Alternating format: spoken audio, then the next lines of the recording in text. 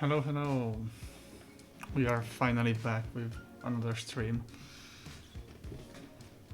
I hope this time the music actually comes through. I wasn't sure about the OBS settings because for some reason, even though I select the specific output, every time I log out of OBS and I reopen it, it always goes back to the default device. So, okay.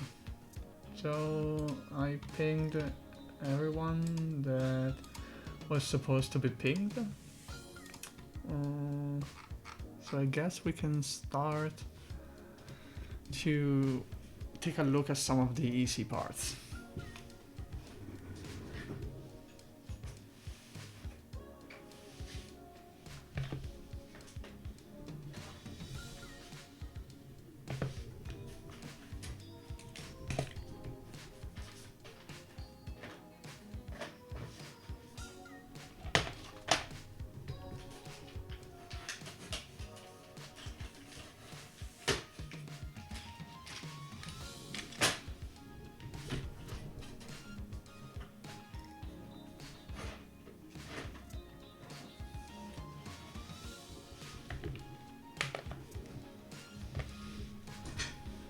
Okay.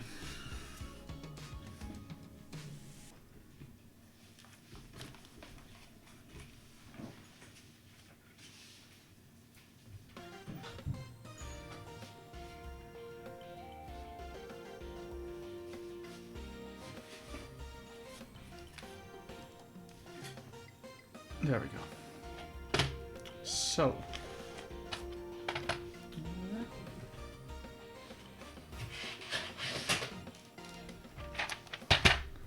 Okay. So what is the offering for now? MX 1U sliders, then 2U packs, the stabilizer kit, which includes multiple wires, springs, and this includes 120 conical springs and one spacebar spring.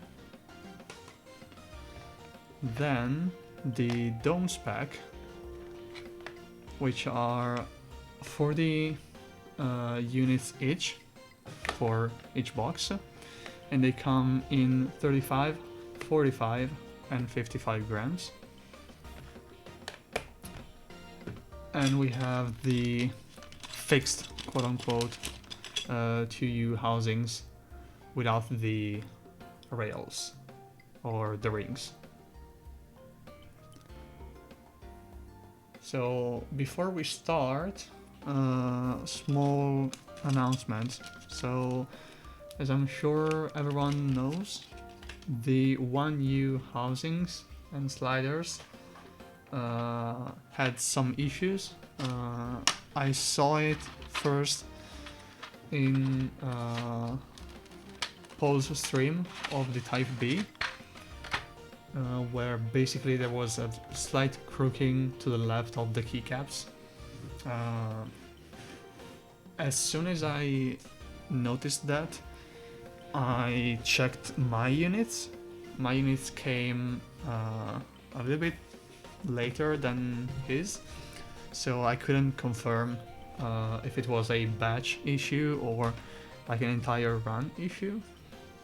We determined that the issue was the slider itself and not the housing, and we came to that conclusion because we tried a OEM slider in the KLC housings and the keycaps were straight, so the issue was for sure the slider. And I'm not gonna go too much into the technical details of why that was the issue, because I'm not sure I can technically share it. But we identified, I mean, the menu identified the issue based on our feedback. So that has been fixed. They are already tuning the menu process, and they're gonna have prototypes for validation soon. ETA, I am not sure because I'm not actually involved in the R&D, as I said in my announcement. So there's that. I think they don't even have those anymore. Like the Novotouch sliders are gone, like the molds are destroyed.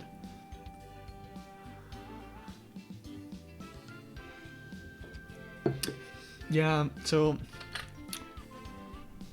I'm not gonna point out which precisely, but I had some ideas, all connected to how injection molding works. So first of all, it could have been a plastic flow issue, because of course they're not making a single slider from one mold. So they're gonna have like a rail system, kind of like Gunpla, and they have basically channels where the plastic would flow. So my first suggestion was, hey, maybe you should check how the flow goes, so that you can check maybe there's a small gas pocket that is not being cleared out properly by the flow or whatever. The second was straight up defects in how it was designed. That was not the case because I checked the designs, and like the actual slider itself was properly centered. So that was not the cause. Another one could have been the engineering process of the molding removal, where basically if you remove it too early and you have thicker parts of the plastic part, you might end up having internal stresses that when the parts properly cools down basically try to kind of like the metallic structures, once they are heated up and they have stress in it, if they're not properly curved to a cool down, they might crook themselves because of the internal stresses.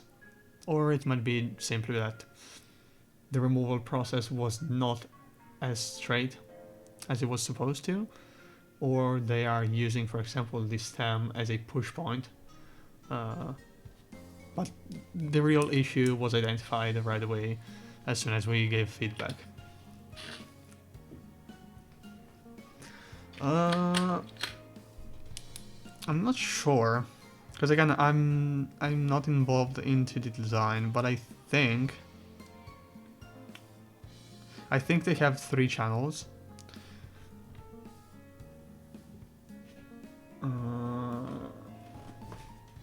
Let me grab. There we go. So science time. So there is a circular point right at the center of the stem. Maybe it's time for manual focus. Yeah. Okay, right at the center of the stem, and then 2 of them here and here. So, but the flow was not actually the issue, so at least that is a good thing, because if it was a flow, like a plastic flow issue, the time for a fix would have been way longer, because then you have to engineer a completely new mold. But this is not the case.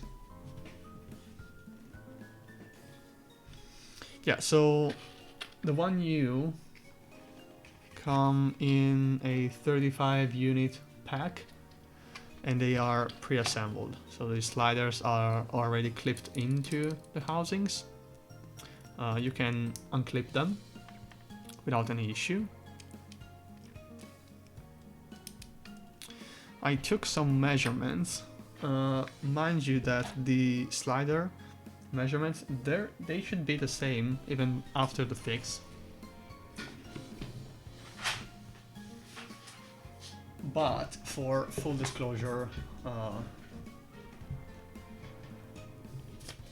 I want to say that probably I'll repeat the measurements for the slider. So, okay, so math time. Let's start with one new sliders. I took some measurements and I'm gonna go through it. Okay, so one new. So center stem, alter the diameter. So it's this from this side to this side. Okay, it's 8.5 millimeters, and it's in the circular section. So I didn't account for the notch where the little clip is, so it's purely from this side to this side. Okay, and it's time again for manual focus because this is clearly not working right.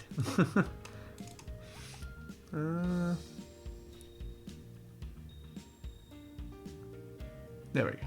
Okay. The center stem inner diameter is 6.58, so that gives us a wall thickness of 0.96. So it's thicker than Desky's, because Desky's, I took notes. Desky's is the outer diameter is between 8.43 and 8.45, and the outer stem, the inner stem is 6.6. The deviation is because I noticed that they're not perfectly round, at least the units that I got, and those have more consistency, the KLC ones. Just a quick note, surface finish on the actual slider itself is very smooth. You don't have the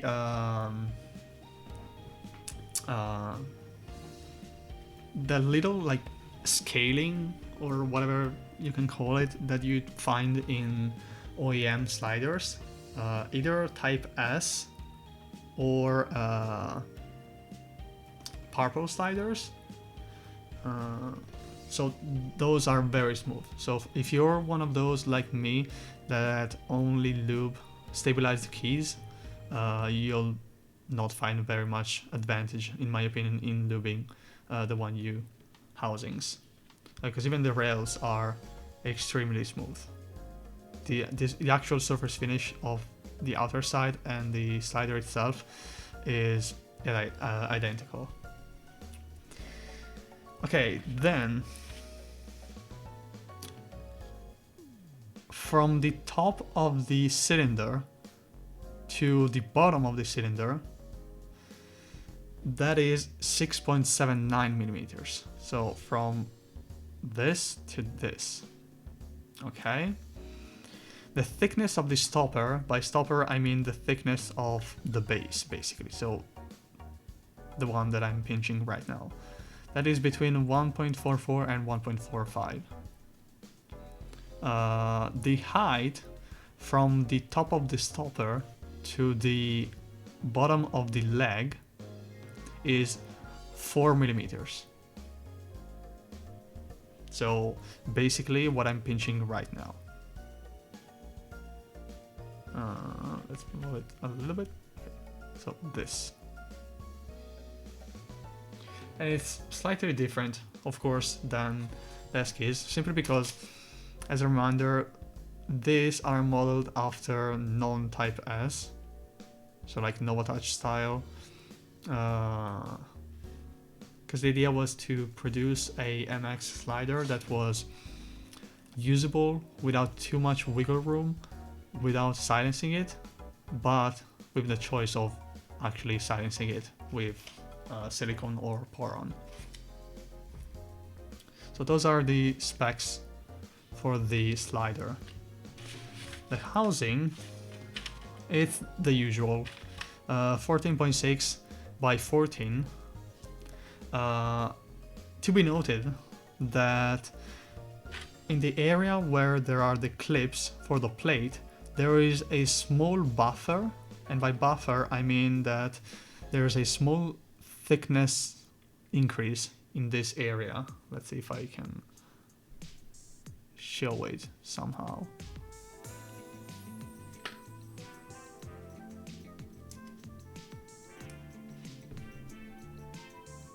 So I think you can probably kind of see it.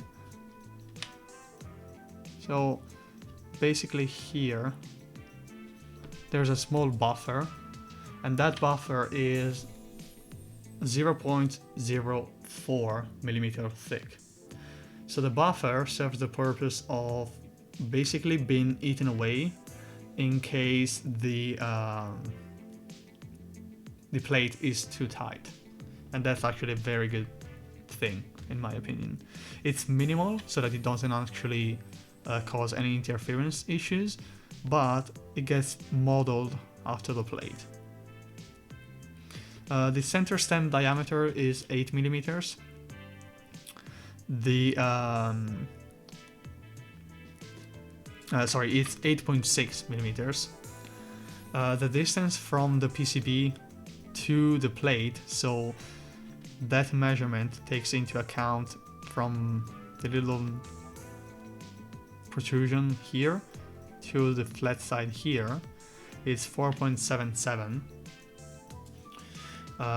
The height, this is very important in my opinion, the height from the flat side to the top of the rings, the smiley faces basically, is 1.95. The dome compression recess, so basically the thickness of the little tab on the bottom, is 0.65, and the actual internal travel, by that I mean from the top, let's go back to continuous focus. So from the top of the travel, so this section, to the compression recess, so here, not the PCB position, but the compression recess, is precisely 8 millimeters. If you want to keep into account the PCB, so from PCB's height to the full extent here, that is 8.65.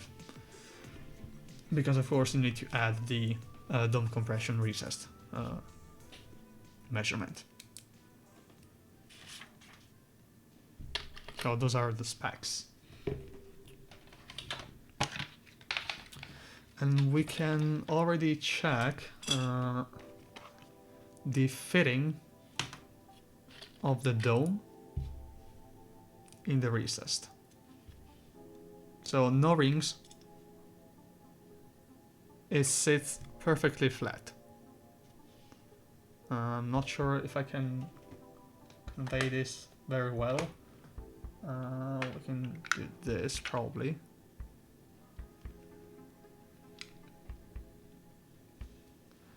So you'll see it's very flat.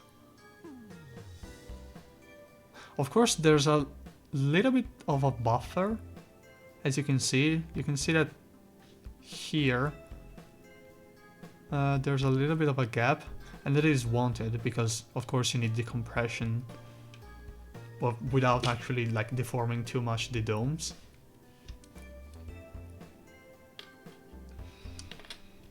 So that is very good. Keep in mind that these 1U units that you're seeing are the ones affected by the crookness.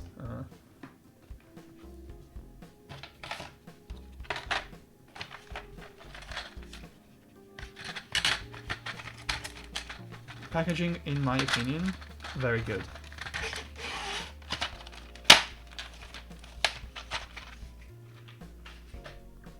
Okay, after that we have the 2Us, and we're gonna take a look at both the ones with the rings and the replacements that were made.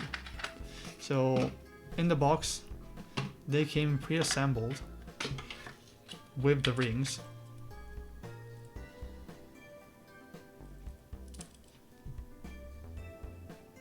And those I already used them, so that's why they have plastic flakes.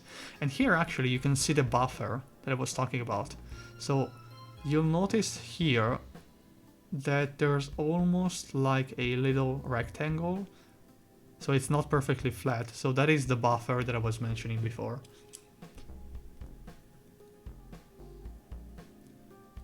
So they are pre-assembled. The construction is basically the same as OEM sliders. Some measurements.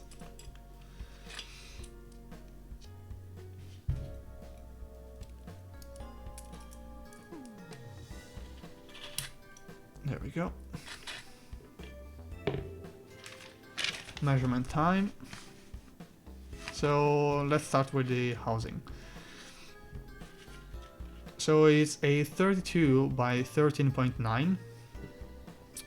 I didn't count the buffer, but it's the same. The center stem diameter is 8 millimeters. The stabilized MX stem hole, and I measured it both for the one with the crowns and the one without. It's 6.45, so there's plenty of room. The plate to PCB distance, and in this case there is no notch, quote unquote, because the notch is basically the majority of the bottom side, is 4.76, 4.77, so basically the same. The center ring height is 1.82. The dome compression recess is a little bit higher, so it's 0.7. And to be noted that the recess here and on the sides is different. Keep in mind that the dome recess is this, and this, because on the 2Us, of course, they sit in a different way, in a different orientation. And again, very flat positioning.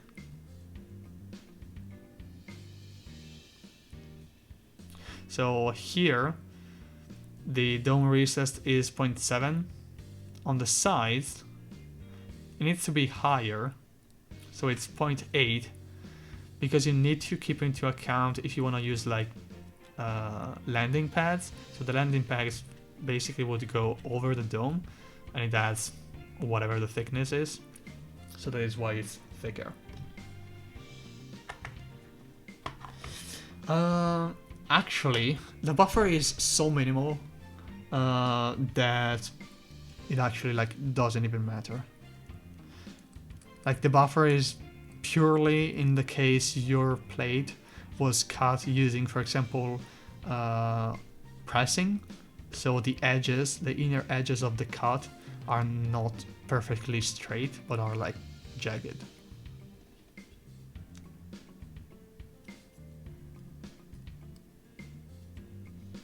Yeah. So 2U housing for the slider. So the center stem, of course it's different. It's less thick. The outer diameter is 7.89. The inner one is 6.59. And that gives us a wall thickness of 0.65. The external dimensions for the rails, basically, is 30.28 by 8.7. And then we have some other stuff. The stopper thickness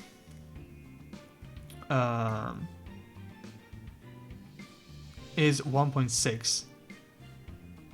So basically this part. Okay. From the stopper to the bottom, so this is 4.25. And the height of the stem support, so this, from the stopper to the top, is 2.93. So those are the key measurements. So you'll see the difference now between the previous units, aka the one with the crowns, and the one without it. They are basically the same. Measurements are the same. Of course, one comes with the crowns, one without them. They seem to be a different color, but it's purely my lighting that is garbage, so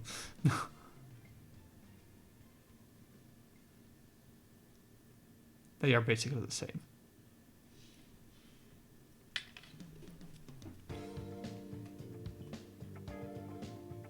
There we go.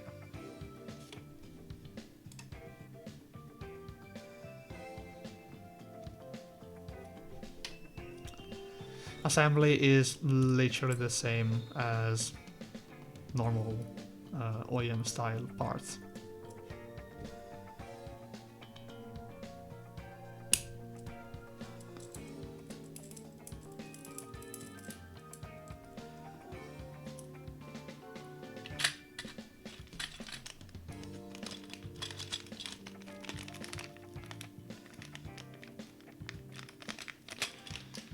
Okay, and again, nice packaging. I like that they have thought about reducing the overall thickness and use formed plastic covers to actually keep them in place.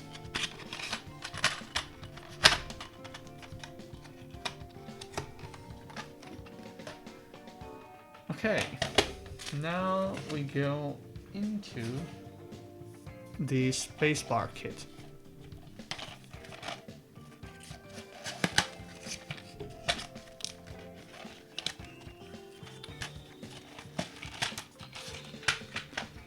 So, as I said before, we have multiple wires. We have the two stems bits and the actual housings. So the wires are, I think, 6U, 6.25 and 7U. They have the same geometry basically. They are not straight because having them bent allows you to have more clearance in case you want to design screw holes in those positions if you ever need to. Keep that in mind though. You still have the excess bits that go over the PCB. So let's say this is the edge of the PCB. They go like this. Okay?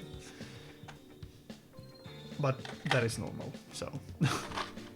The assembly works the same way as every other OEM style stab.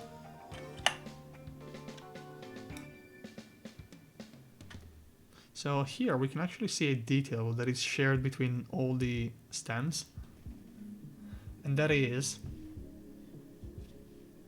if we can focus, okay, you'll see that on this side, here and here, the stem is flat. But if we rotate it, we can kind of see that on those two, there is extra plastic. And that is for better friction on the actual keycap. It's not super tight. That is a big thing. I tried with MT3 and they are totally not tight as desk keys. Even the revised ones. actually, let's keep them in the package so that I don't lose them. Oh yeah, so for the straightness of the wire, if any of you remember the Albios stream, there were comments about the straightness, and I told you guys that the issue was lack of actual packaging, but now with proper packaging it's completely flat. They're not twisted and they are pretty flat.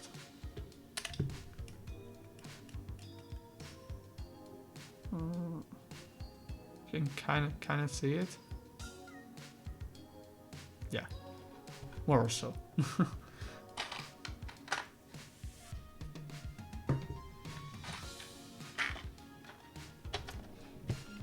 Oh yeah, the VOD is gonna be up on YouTube as always.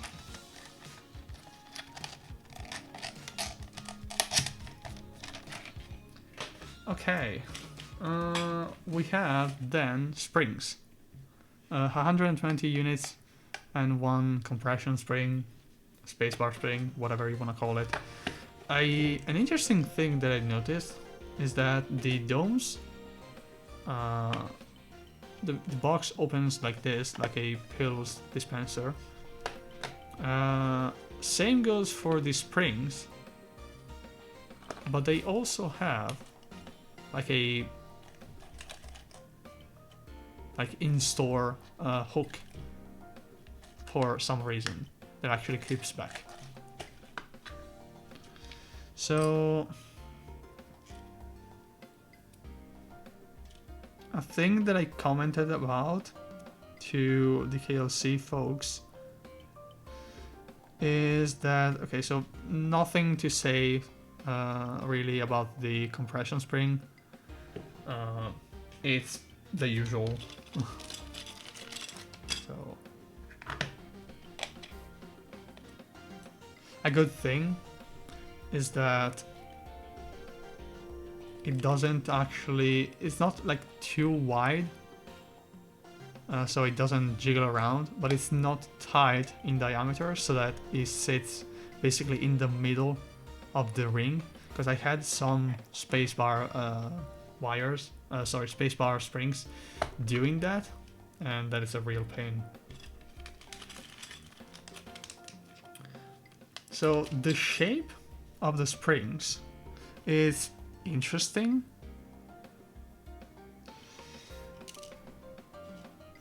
Let's find a single one. There we go. So they are silver. They don't have color. They are stainless steel from what I know. They sit flat. The unit that I got, the ending bit is flat with the second last coil.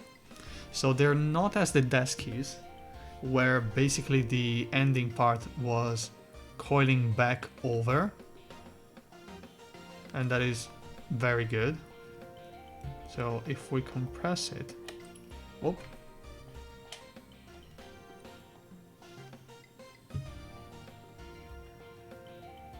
If you compress it, you'll see that there is no overlap. That is very good. A thing that I commented about, though, and they're gonna fix this in the future releases, is the manufacturer added some kind of protection layer on them that makes them kind of sticky. They're not sticky in your hands, so they don't leave like glue residues, okay? But they stick together, one to the other. So in some cases, if they are too stuck, one to the other, usually what we do is we do this basically, or we have to basically tear them apart like this and then start to rotate it to uncoil it. In some cases, that is not really as easy as OEM parts because of that sticky finish, you know. But once you remove them, they don't stick too much, so that's definitely a like finishing from the manufacturer. If you want to take a look at how they sit, you can check that. I'm gonna take a picture.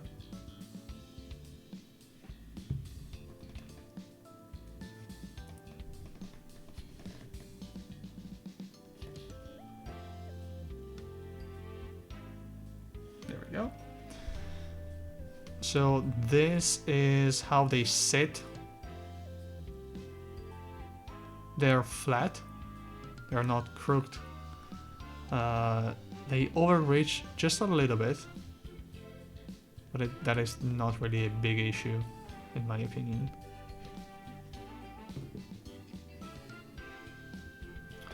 Throw them on the floor? Yeah, no. I already lost my fair share of springs. Okay. There we go. We have domes. The dome color is basically the same, as in the color coding is the same. So we have kind of like a beige sandish color for the 35. Then we have a more yellowish one for the 45. And then we have orange, my favorite, for the 55. The finish and the rubber used now is the final one, and you can see from the actual finish on the dome that it's way better and consistent than the prototype in the obvious one. There was kind of like a weird texture on the prototypes. I don't know if you can actually see it.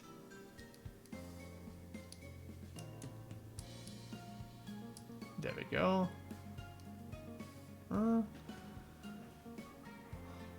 Compensation is killing, but whatever. So the finish is very consistent. There are no weird patterns of the forming process, and they sit at the same height.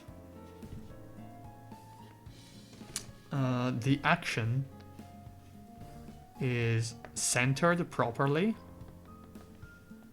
so it's not as the sassy units that I got from Topper, where it would basically buckle first and then complete.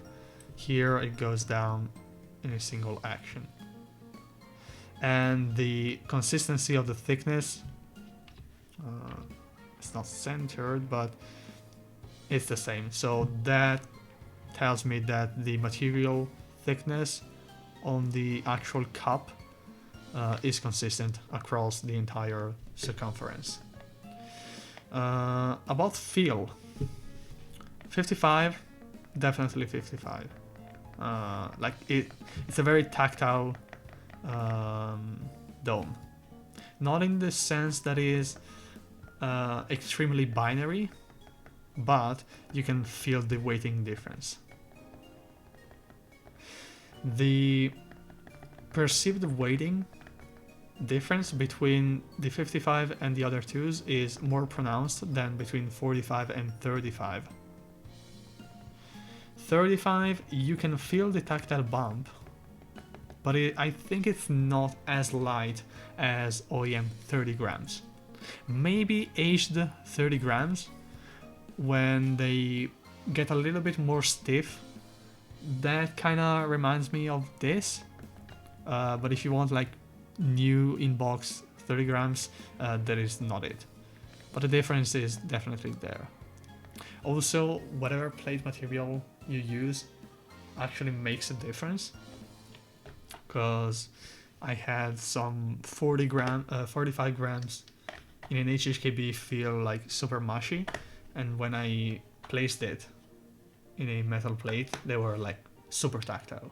So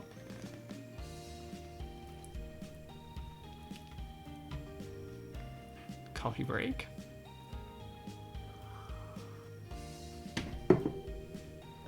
Okay, so we can put the parts aside for a second and we can take a look at the board.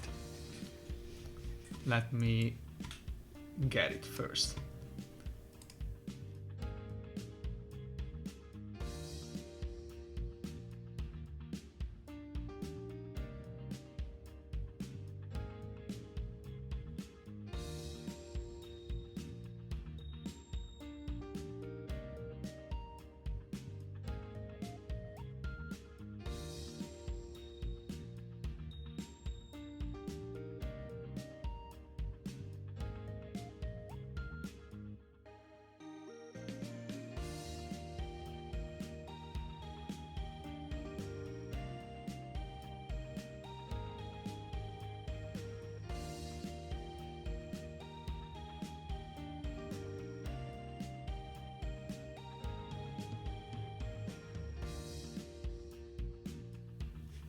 And we're back.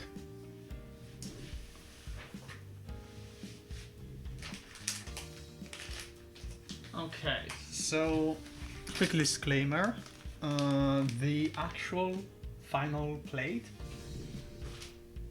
is not with me right now, so what we're gonna do is something a bit jank, but we like it like that, so we're just gonna roll with it.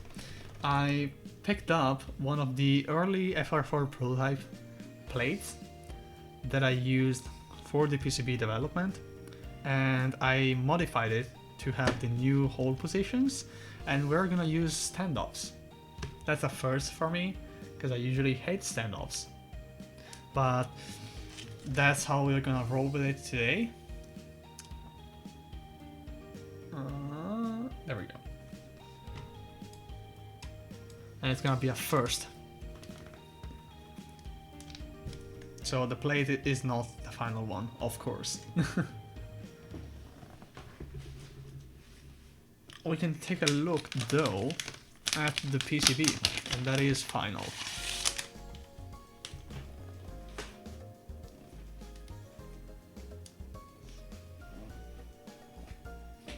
Yeah, I mean, I'm gonna stream again once I receive the final plate, so that we are fair and we have a metal plate. So this is the Theca EC PCB with the artwork on the back. We have exposed the reset and the FU pins that are accessible both from the top and the bottom. And on the plate itself, there are holes that align with the exposed pads, so that you don't have to tear it down to actually access them. Layout options, kind of limited, but the good ones. So 7U, and we're gonna build it in 7U, none of that 6.25 rubbish, and we're gonna use stepped caps lock if I have the caps. It uses Molex it's made as the connector, so we're gonna use a C4 based daughter board. It comes pre-flashed, but for the stream I flashed it with the new release firmware that I'm doing the separate release for, that enables all the like calibration and all of that. ISO demand too low. At the time we didn't actually thought about ISO too much, mainly because there was the plate providing issue. So on EC there's the issue that you can't do, like, for example, a bigger opening for the enter cluster, but you need a separate plate for each one of them. So here we are actually pretty lucky because we can have a single plate that covers everything that we have here. So if we take a look at the plate, if we overlap it, you'll see that the steps caps lock is achieved by having a wider opening as usual and mentioned in other streams. Here, no big deal. The difference in centering is minimal. Here, kind of the same because we have two screws. Here we have a bigger opening that is more rectangular, and that is for the stabilizer. Here we have the same as this. This is the special one because on one side we have the chamfered edges and on the other we don't have it. So this is the 1.25 in case you want to build with 6.25 normie bottom row. But here it's actually where the 7U stabilizer will sit, flush with the left side. This is the opening for the 6.25. So here you slide, here you choose, and here you slide based on where you want the spacebar to be.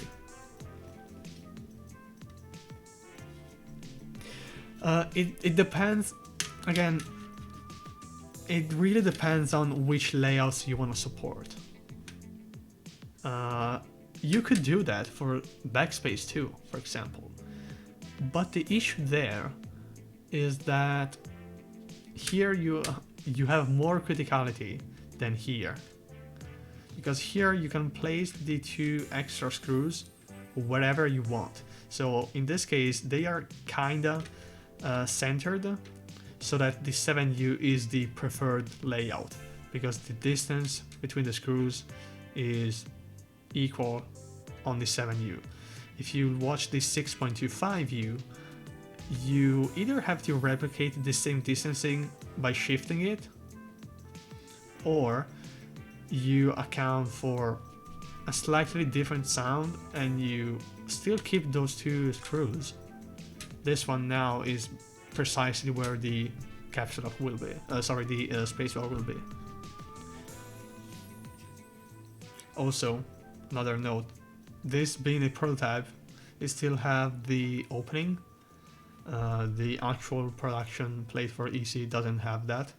So some screw positions are not actually covered because they're right in the middle. So namely this one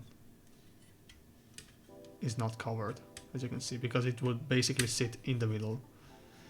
So we are counting on this screw and this screw to compression off this 2U housing. So again, that's why we are gonna rebuild it with the proper plate down the line.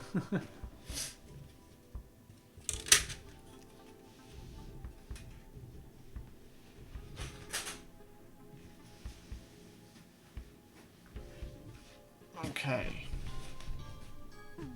I'm gonna unplug this.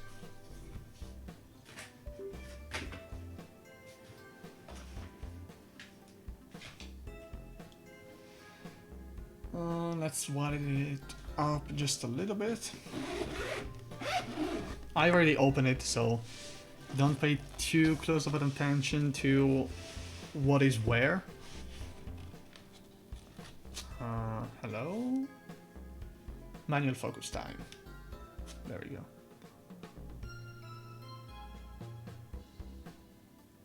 go. Kinda.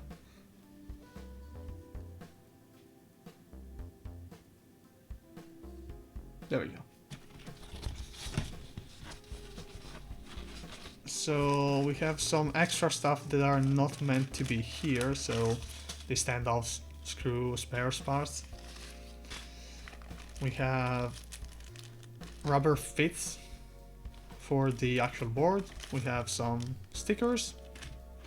We have a certificate card. Then you're gonna receive one other board. I have multiple of them because testing. Then the rubber gaskets that I think we're gonna use this mounting system just to have the highest flex and whatever with FR4. You can build it in top mount and I think it's like kind of a sandwich mount. Yeah, I guess we can call it a sandwich mount to an extent.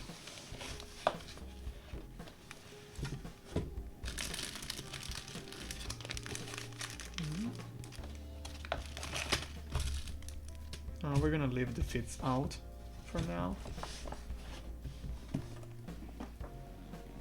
So the board comes into this microfiber cloth. It's not a bag, it's a proper mat.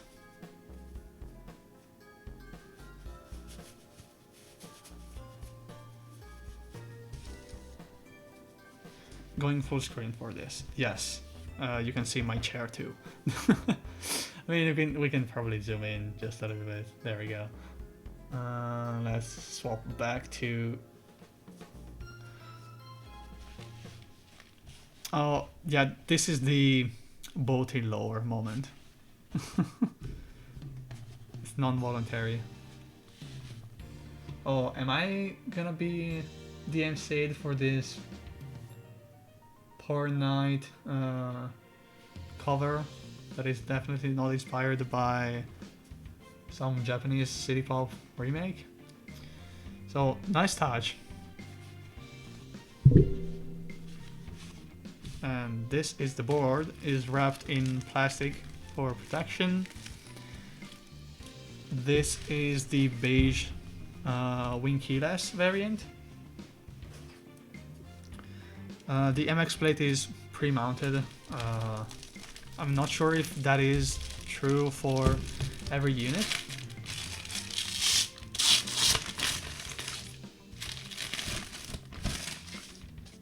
There we go. It is extremely heavy.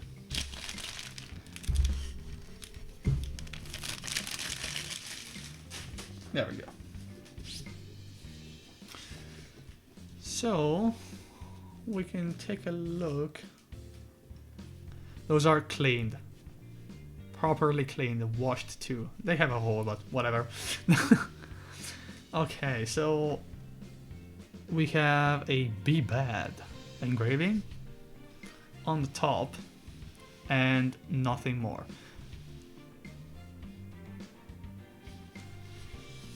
The inner opening has a chamfered edge. The outer one is rounded. And I like that. If we take a look to the side, this is the side. Don't ask the typing angle, because I don't know what the typing angle is. Okay, this is the back, very clean, with the USB opening. And you'll see the Denso's design engraving here. Then on the back, ouch. On the back we have 4 screws that are M2, if I remember correctly. Then a smaller one that is, I think, M1 point something. The reason for this is that for clearance reasons, if you look down there,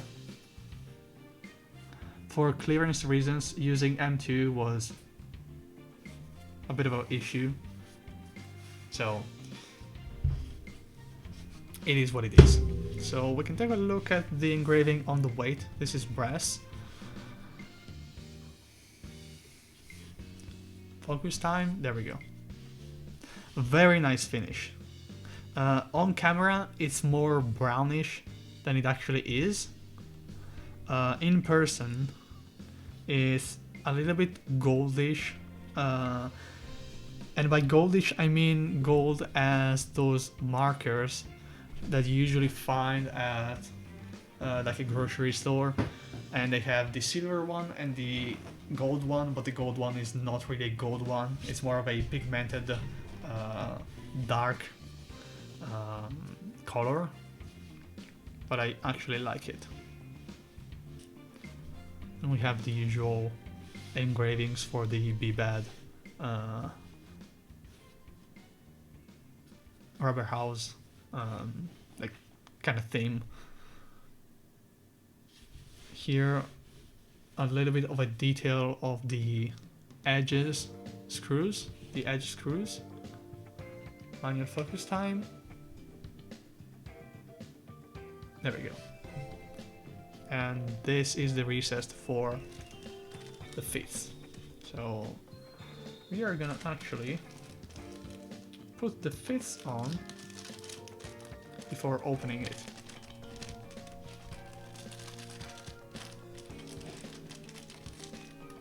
There we go. I'm gonna remove the glove now. The multi-lower time is gone. Long live normal typing experience. The finish is very nice, very consistent, is nice to the touch. Same goes for the weight.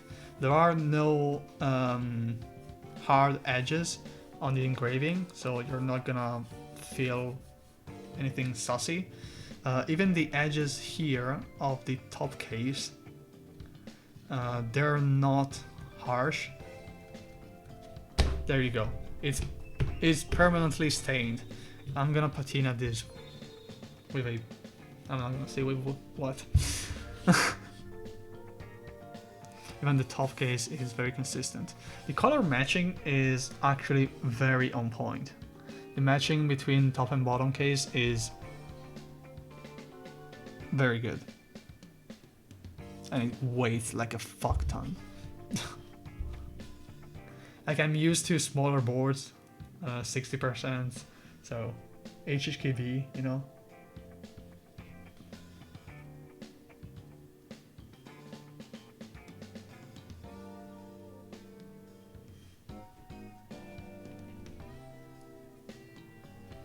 I'm probably gonna use the ice cream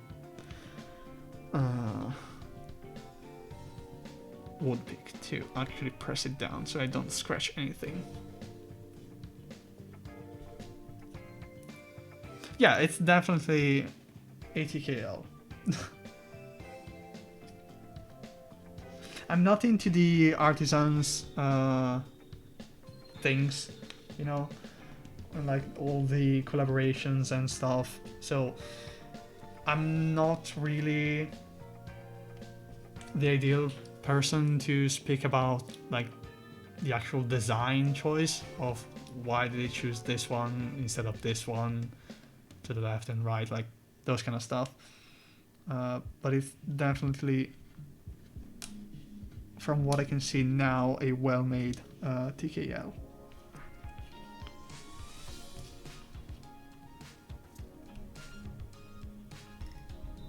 So I'm pressing down so that they are perfectly inserted and flat. The tolerances are very precise on those fits.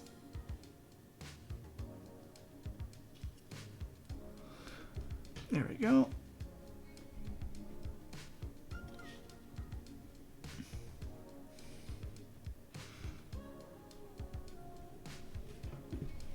Done.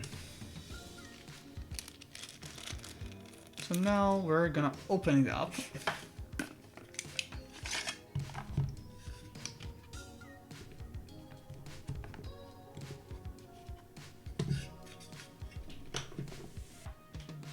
So first, we are gonna remove a smaller screw.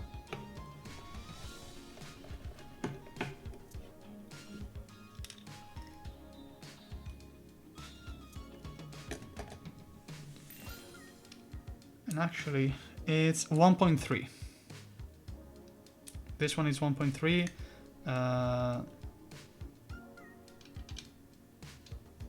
The other ones are 1.5. Sorry, not 2, 1.5.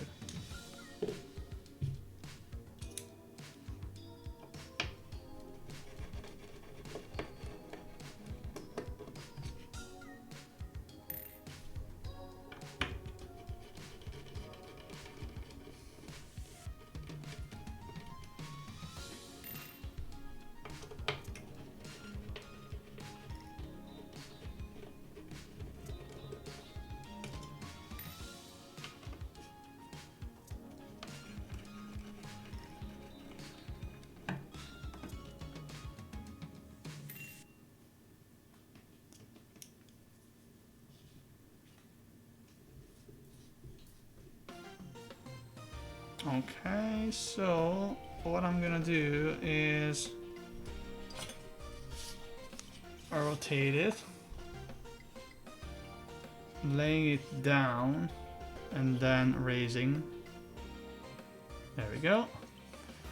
So here we'll see the top. The MX is top mounted with screws, and then we have the tabs where we will insert the rubber inserts, and that will make this effectively like a sandwich mount at this point, because it will basically compress in between the top and the rails on the top and bottom case. So here lays the reason why there's a smaller screw. So this recessed cut is to allow the EC tolerances, and if we were to use a bigger screw, that will not fit.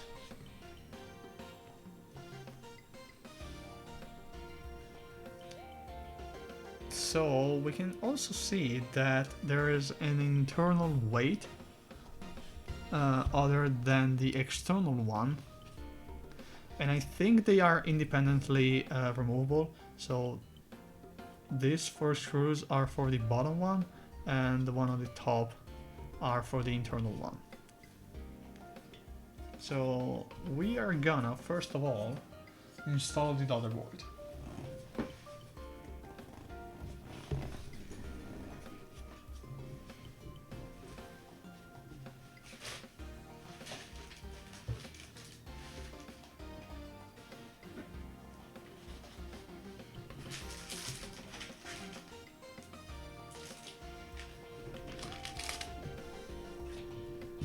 So to do that, we need to remove the internals.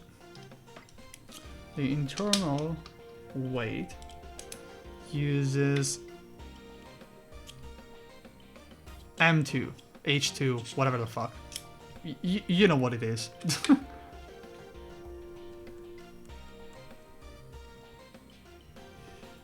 Oh, and they are very thick. Super thick. Extra thick. The engraving on the inside is very good too. So we have a Theca branding here, and then the logos here. They are smoother to the touch, probably because the recessed is smaller, like the actual thickness of the cut.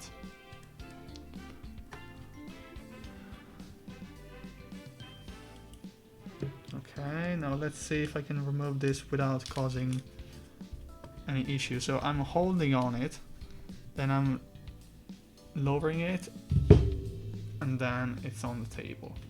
Perfect. So this is the weight. Oh, I think we need to remove it. Yes, I'm a dummy. We need to remove it because the USB port is actually on the bottom weight. Damn it! So let's do this. Thicker for the inner one, then another pot for the other one, and we will do the same trick.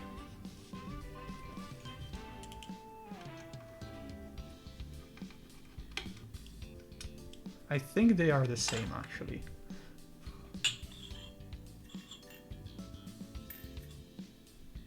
Yeah, they're the same, but just to be sure, I'm gonna separate them between inner weight and outer weight.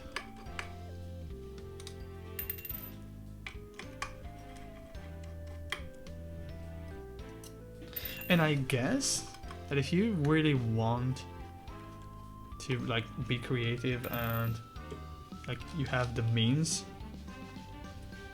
to do it, you can probably design like some other weights yourself. Oh, we have longer ones for the top part. You can design your own weight, like a PC one, to reduce the actual weight of the board, or if you want to be like creative in some way, you can probably do it. I mean, at that point, if you have the means and the expertise to do that, you're probably already doing your own board, so... Okay, oh, the bottom side is very interesting. So we have the same finish. It's very clean. They are chamfered. So everywhere there are chamfers except for the weight edge, because they want a seamless transition between the bottom case and the weight. But it is very nice. The bottom weight is not massive, but the sheer amount of material here in combination with the actual case makes it very heavy. Which is not a bad thing, you know? Like, if you're into heavier boards, go for it.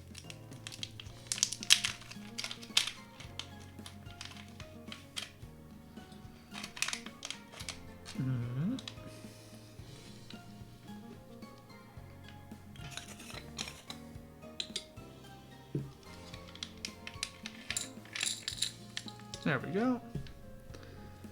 So we have the daughter board that uses Phillips head screws, and I think that is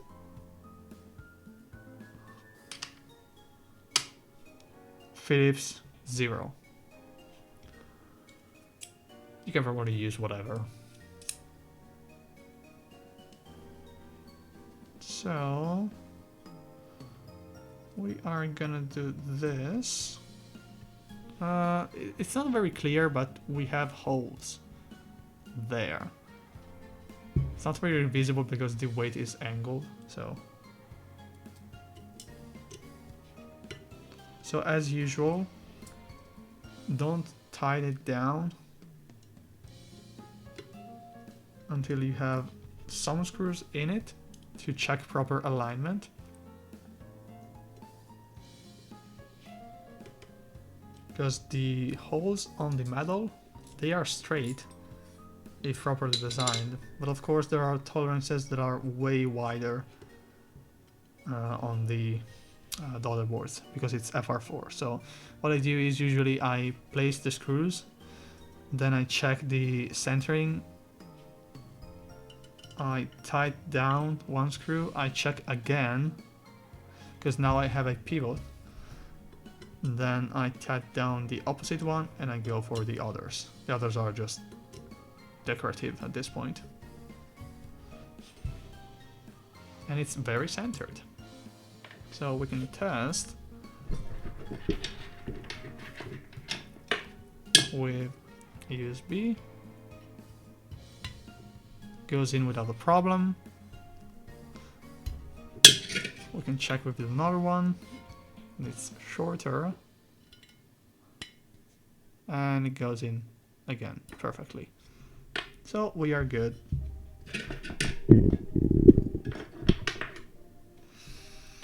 Okay, so now I think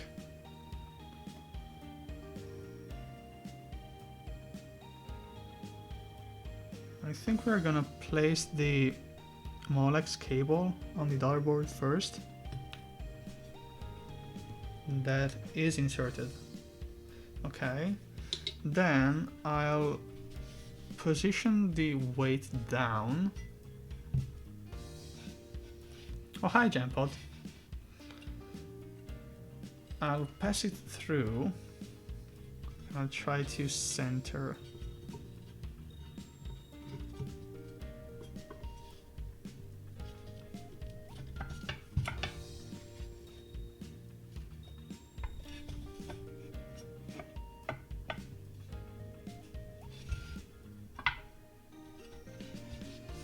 The cable is in the way.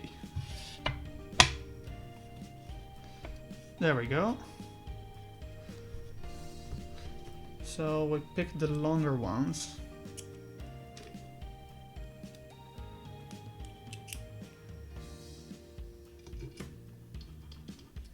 And here again, I did the same.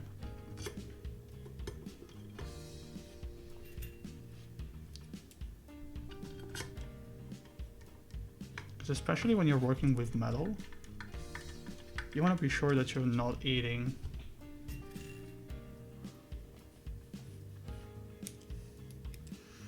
the thread. Oh, good night, Jampol. Have a good rest.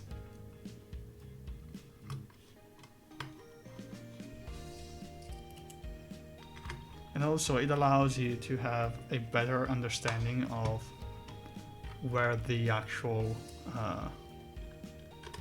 like centering is. Okay. So keep in mind that now it moves, so.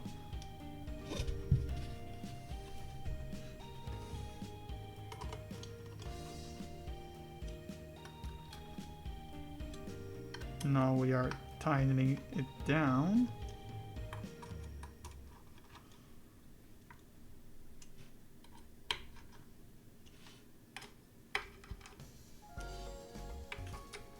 There we go. Probably the inner weight, we could have not removed it. Simply because the channel is so massive. But, you know.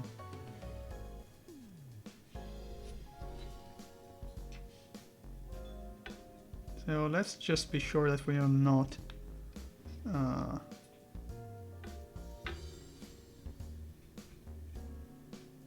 clamping the Molex cable, and we should be good.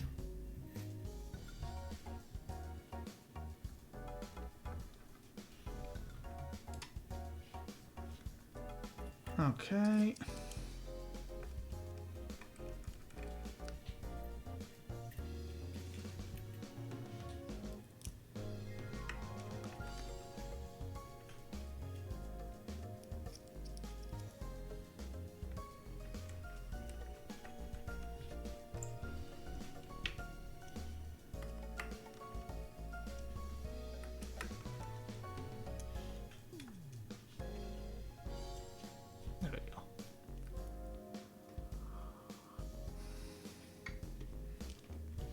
So the bottom is ready. We can start building the actual top side.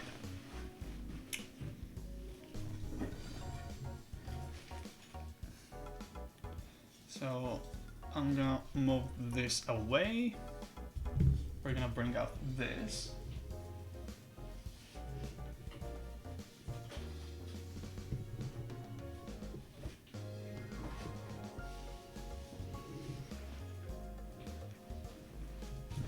And we are gonna be removing the MX plate.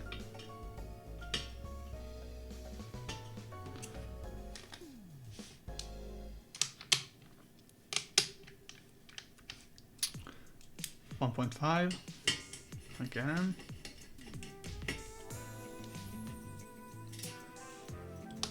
And let's store the screws away.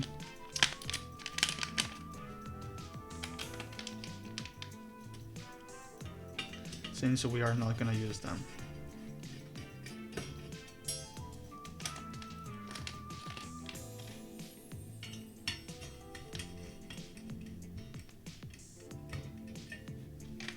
There we go.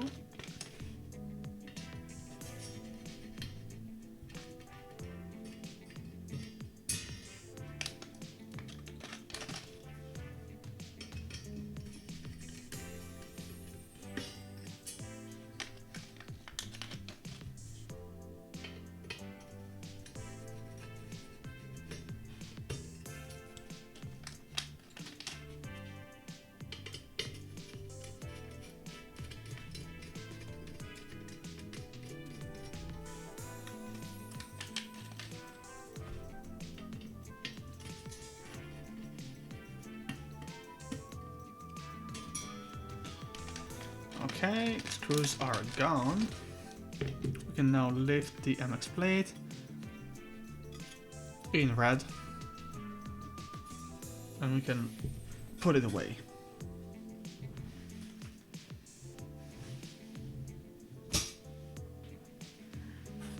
Okay, so the idea for the mounting that we are gonna use is that we have these rubber inserts that have a slot, and we are gonna basically place it like this. So we'll end up with an assembly that looks like this, basically. So for the top, we are actually done with this, and we can start to populate this.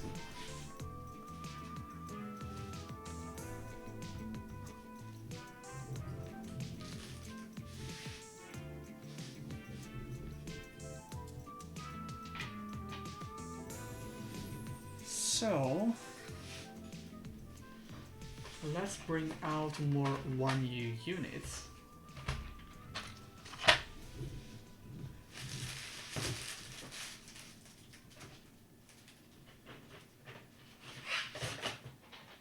There we go. And I think I'm gonna build it with 55-gram domes, and I'm gonna place, instead of the silicone rings that they provide, I'm gonna use 0.5 rings. And also, I will place a dampening layer of Band-Aid tape.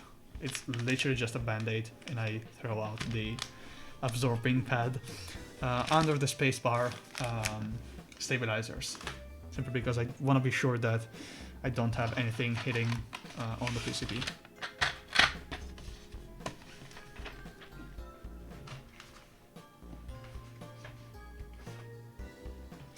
And we're gonna be using Theca rings 0.5.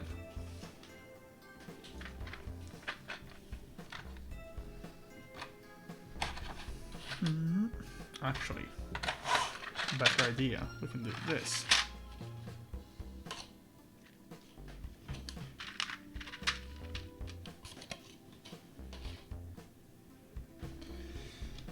Okay.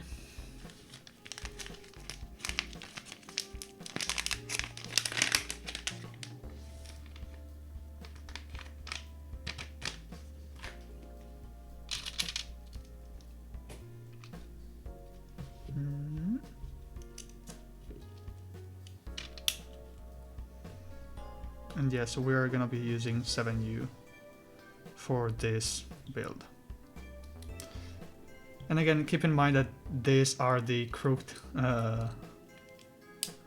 units, so if you see the keycaps being sussy, that's why.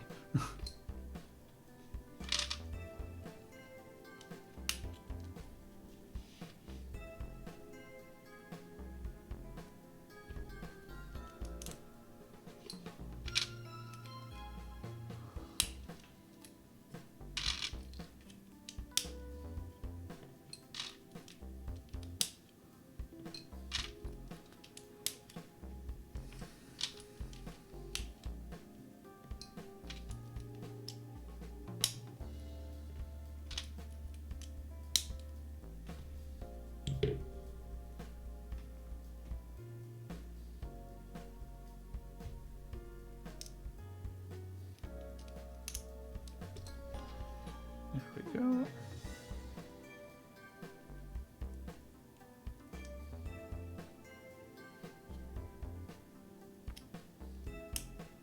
Nah, it's fine.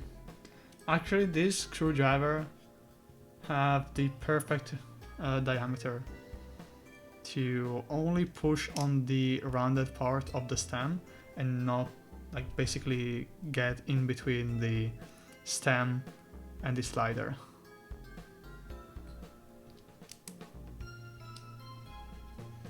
If it was a little bit too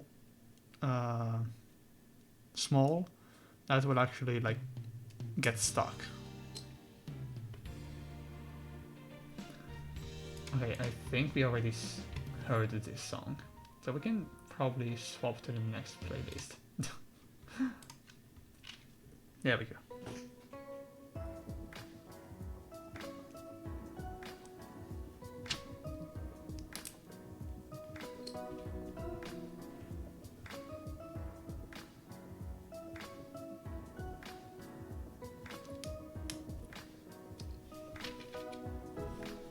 We can actually start to put something in.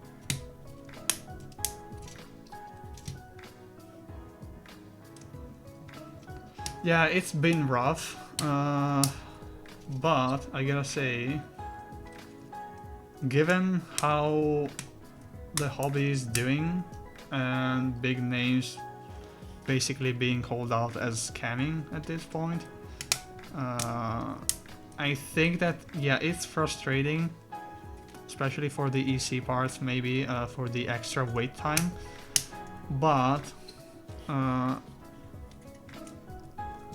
as a company owner myself and a client too, I have probably a broader perspective that the average keyboard hobbyist, probably not the EC hobbyist, because we are kind of our own group per se, but definitely for the MX that is true. They need to find a balance between doing the right thing, but at the same time don't lose an insane amount of money on what is already a pretty niche market. Yes, the market is expanding, but if you risk too much now, with the presumption that it will still grow and be in your favor, because it can grow but maybe not in your favor, then you need to start thinking about your strategy. So for example, they could have sent out the units now with the crooked units, and then ship out again fixed units. But that would have cost like an insane amount of money, you know. So it's probably the best call overall to just put a hold on the shipments for the EC stuff, unless but I'm not really sure, unless you like email them saying, hey, I'm okay with the cooked parts, like whatever. I'm not really sure that is an option though, so don't quote me on that.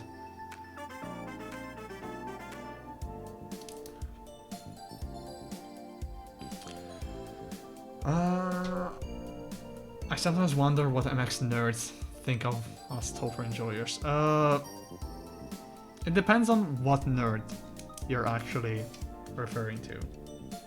Because nerd, especially on a nerd hobby, as the keyboard hobby, can be quite vague. Like, can embrace a very different kind of people.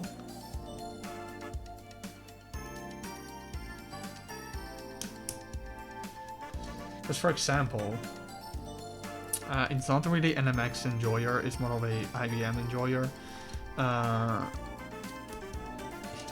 have a friend that is extremely into IBM stuff, and he actually likes the parallelism of me doing EC and he's doing IBM stuff. Like, leaving to the side the fact that some IBM boards are actually EC.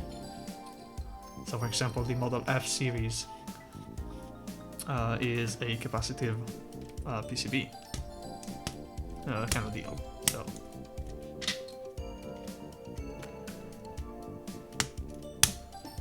So again, there's like a distinction that I think needs to be made.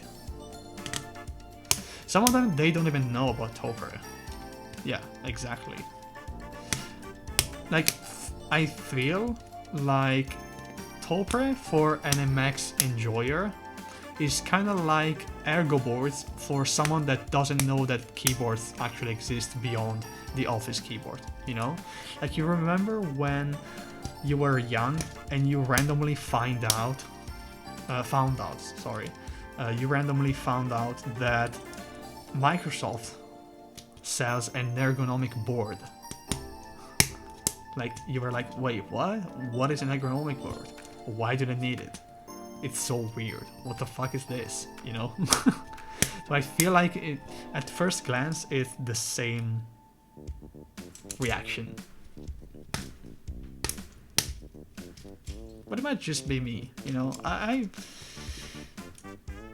As for everything, you perceive stuff as if you were the one perceiving it to a certain point. So after that, unless you're really into their own thing, it's definitely a hard thing to say.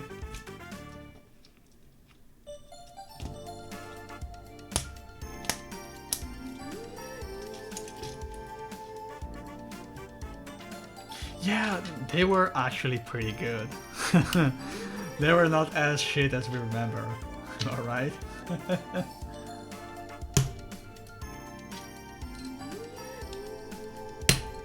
Also, good use for a desk mat, especially 4mm ones. You can just press and it will pop. It's just that easy.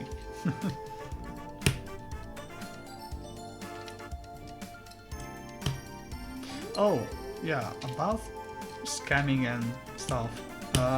Can someone update me on the Noxery saga?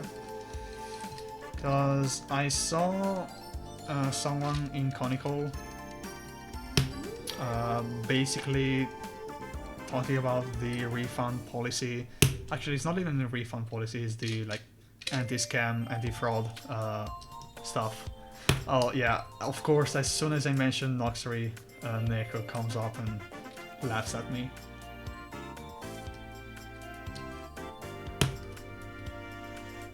I don't know, I saw people like, yeah, I know that you guys were fucked and I'm sorry about it. Actually, I was this close to buying the Evision, and then randomly, what was his name?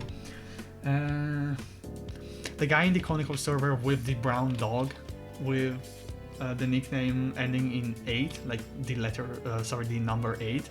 He randomly said, "Oh yeah, I received my my Beastalk HG, but I don't want it. Do you want it?" For MSRP of the Norbazar, and I was like, do I really want to spend money on Norbazar stuff? Then I said, yeah, why not? Let's try it.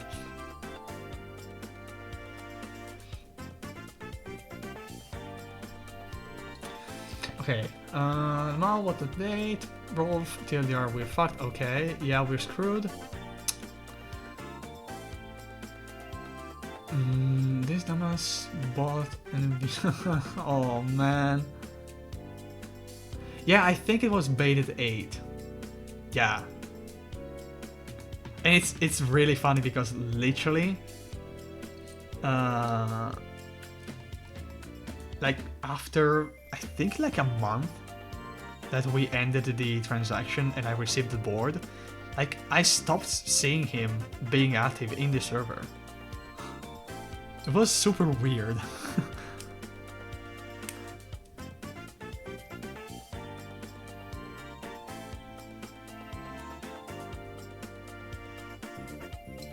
Yeah, I mean, actually, he's not the first one that felt for the I have stuff to do, so my updates are kind of lacking.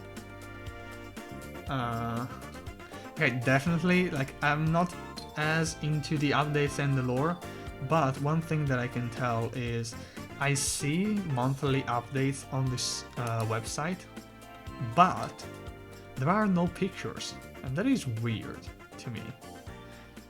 Like, it's weird because, like, okay, Manu don't usually send out pictures like at random, but like, unless you don't have a rep, they usually do that. Like, maybe you need to solicitate a little bit the updates and pictures. They're gonna send you like a 144p picture because it's illegal in China to send you anything above that resolution, apparently. But like, not even requesting pictures is not really good, you know. Even for your own personal interest, like, you're curious to see what they're doing.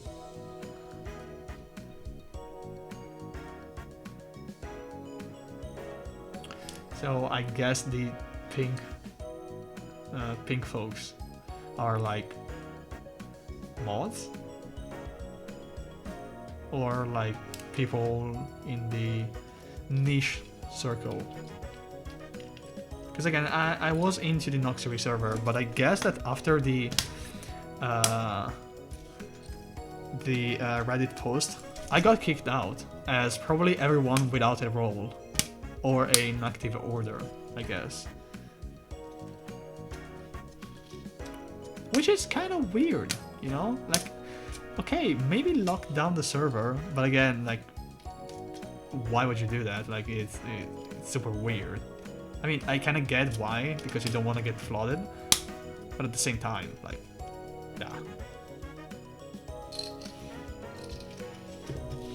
yeah, it's like, it's a conservative approach to not being flooded, but at the same time, you're not really helping your cause, you know.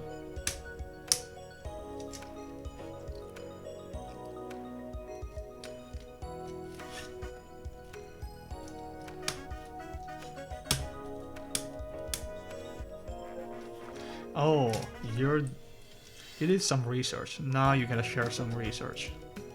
You can do a TLDR if you don't want to write down everything.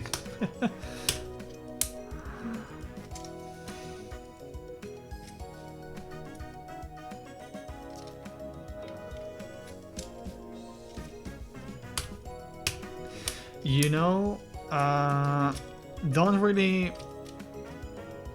whip yourself too much about it, you know?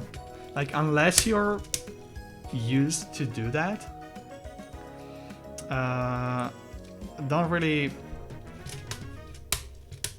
be too harsh to yourself. Because I'm personally one of those guys that watch basically every single review, written and in video, for everything they buy.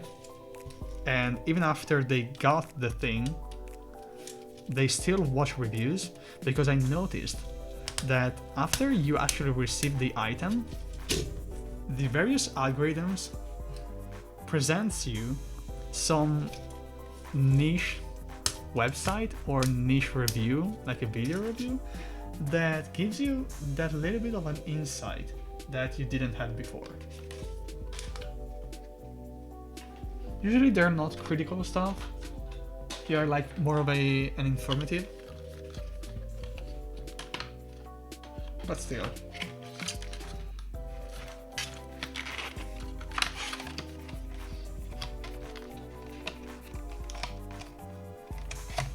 Yeah, I mean, again, I didn't join too much group buys, actually none of them. And again, probably Topper saved me from that, because you can get everything.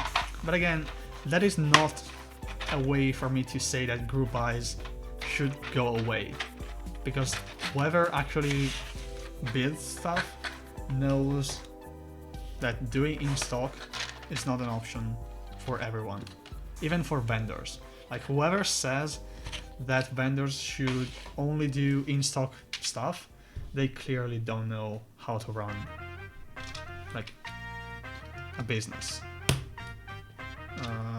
There's of course the legal implications, especially in the EU.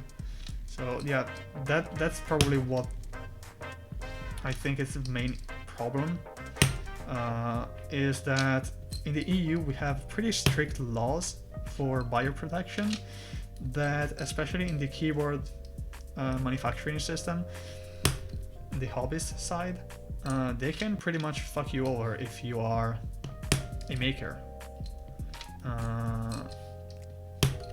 And especially like a full-fledged legitimate company, because again there's the like contract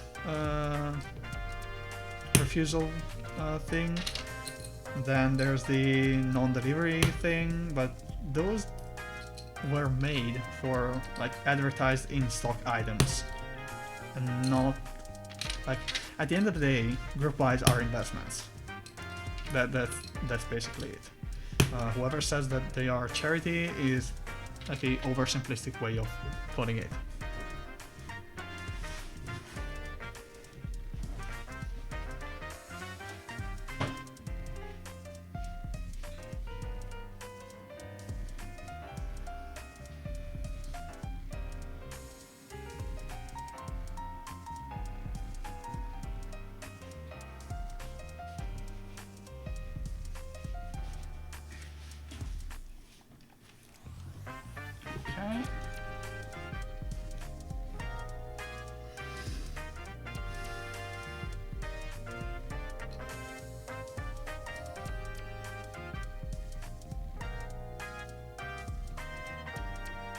Yeah, I mean, I didn't even comment in the server. Like, I was literally there only because I didn't want to look for updates, and also I was actually looking for a XRF or whatever the TKL was, because I saw that there was a Winkeyless red unit and a polycarb unit, and I was like, those are interesting. They are like my kind of look, so the one that doesn't actually try to replicate one-on-one the OEM style, but it's pretty close, you know.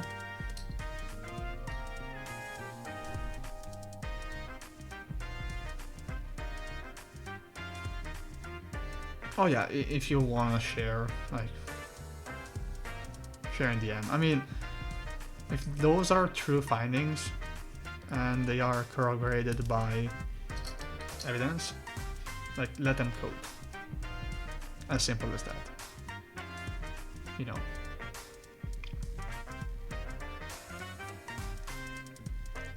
I mean, they are allowed to run so many group buys.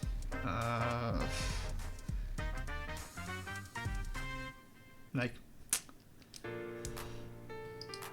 I understand it, and that's where the user, but again, there's an assumption that the user and the buyer actually knows those kind of stuff. Like, I'm not saying that I saw it coming, but at the same time, when people memed about, oh, GMK being 4 years behind schedule, like, come on. And even the vendors, like, as soon as the pandemic hit, I remember clearly DMing people that then ended up working for vendors. Oh, I lost the rig. Shoot, there we go. Telling them, I don't know, man, like, the fact that companies are exploiting the like the lost funds systems for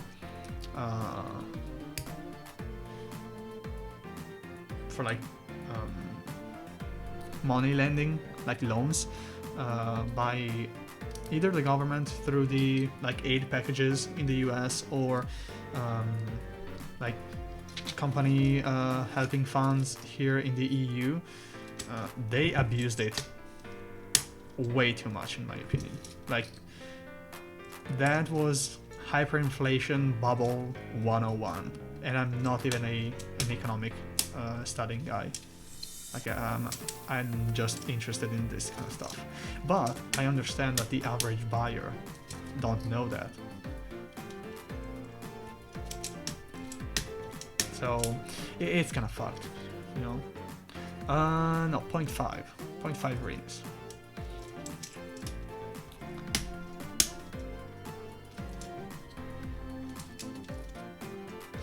The issue with the number of group buys being held by a single vendor is the wait times. That's the main issue. Because the number of runs might not be that high, apart from GMK keycaps. Like, why the fuck would you stock the 13th whip set? And I'm not saying this because I'm against whips. I'm a whip, so. But like, when 6 pages of Geek Hack interest checks is literally just GMK sets, you need to like tone it down. Like, how many Hiragana and Katakana sets do you really need? You know? After you buy Beta JIS, or whenever it runs Waporo, like, do you really need more than that? No. Okay, Bogus, you're trolling now. But actually, yes.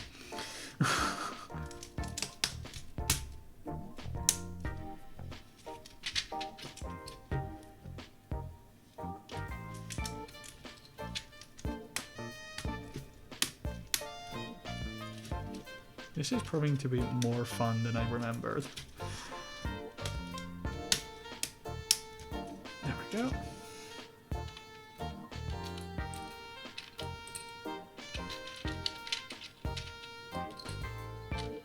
Actually, yes.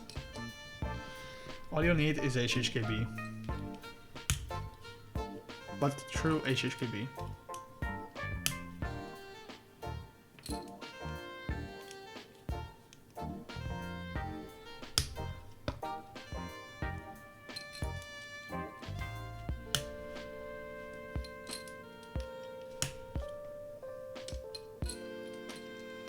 Hello, Toasty.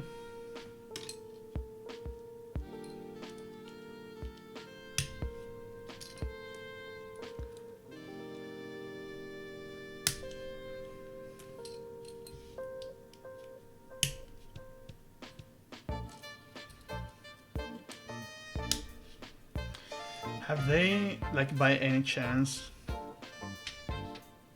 gave out more information about the "we are expanding our manufacturing capabilities"? Or they were just like,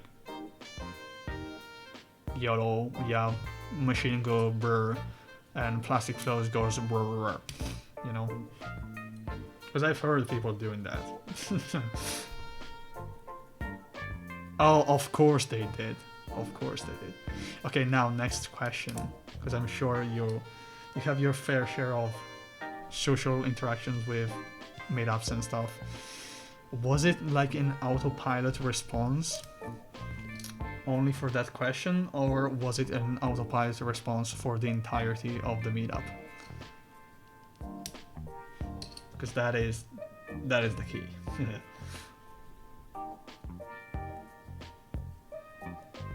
I mean, yeah, they spotted the issue. It was one of the possible causes that I outlined in my very limited wisdom of injection molding. So it's good that we localize it only on the 1U sliders, so that reduces the overall time. Oh, we ended.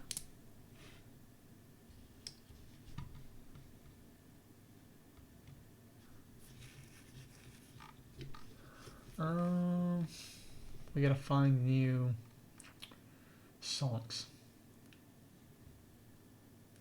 Twitch stream music.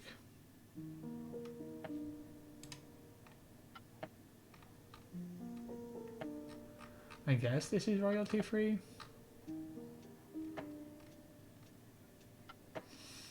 Probably. Let's actually swap to one that is actually royalty free.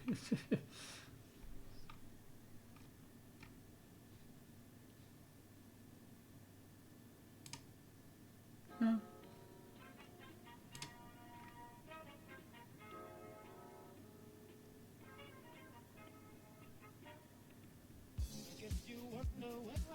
I guess this is good.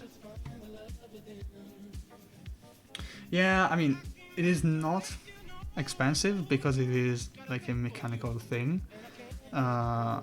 If it was like a flow path problem, that would have been costly because then that would have meant redoing the tooling, basically. Because the channels would be different if it was a plastic flow issue.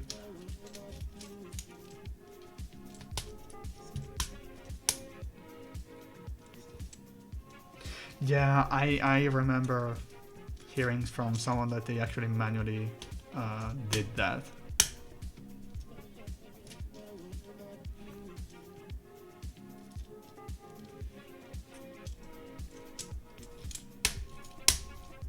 I mean, not surprised. Like,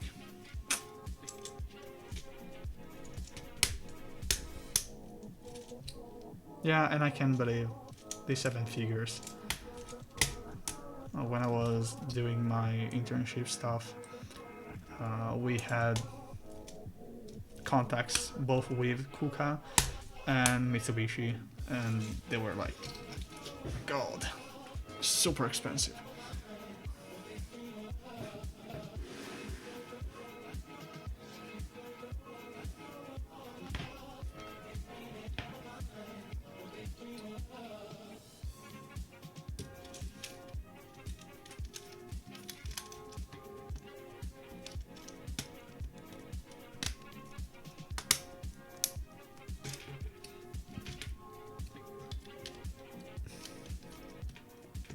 When they say own your design, own your own product.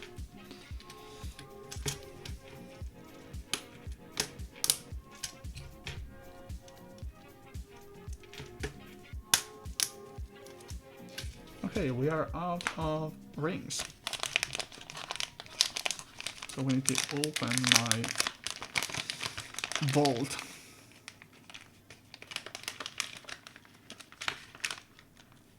We can probably... probably 2 will do the job.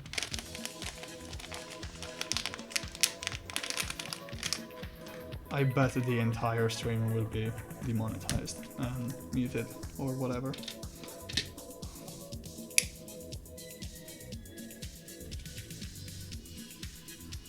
If that happens, I'll download the VOD and upload it to the Chinese version of YouTube.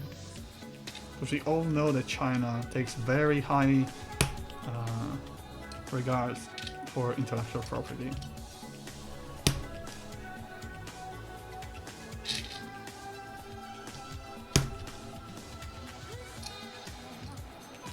I mean, that goes back to the insane amount of kits that were actually proposed. Like, there was a time when, even now, 10-year-olds or 12-year-olds would come up with a key set without actually knowing what was the work behind it. You know? Like, if you want to do anything production-wise, you need proper tooling. And for a designer, proper tooling is either requesting the in-house color sample sets, or you need to go out and buy the Pantone chips or the RAL chips, like, you know. But again, that knowledge comes from either age, because one time you heard about Pantone chips, or because you're doing this seriously and you do your research. But we had a tremendous influx of, hey guys, I'm ABCD and I am the designer of board XYZB. When in reality the case was commissioned to someone else and the PCB was commissioned to another person again. So, are you really the designer at that point?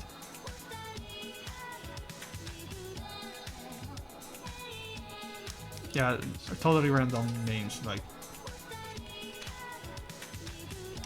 But you get the point. I'm not saying it's wrong, but, like, be honest about it. And if you can't be honest about it, either you're not in good faith, or you're a kid that doesn't actually know how to frame yourself.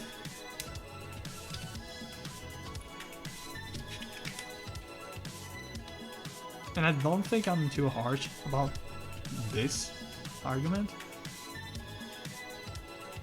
Like, it's common sense.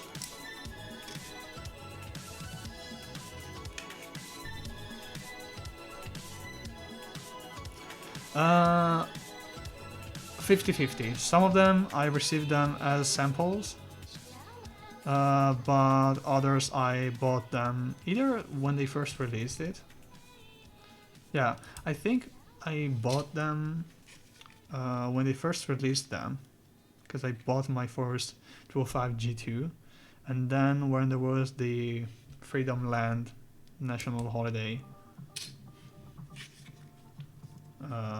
I bought some rings and another pack of lube.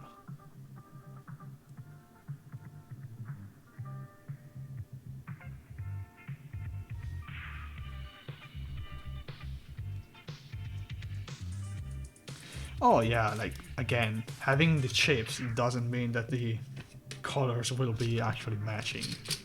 Like, there's an entire engineering field about, like, the matching of colors and stuff. Like, we can say, hey, Pantone is a bitch of a company and asks $50 for a piece of plastic, but like, keep in mind that those are plastic materials.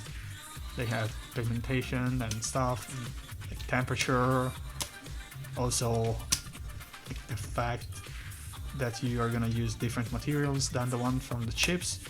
That means that everything counts. Like, the temperature profile that you use for the actual production of your part will influence the color. So it's not easy, you know. But at least you're not gonna end up with the hashtag accurate memes in Discord.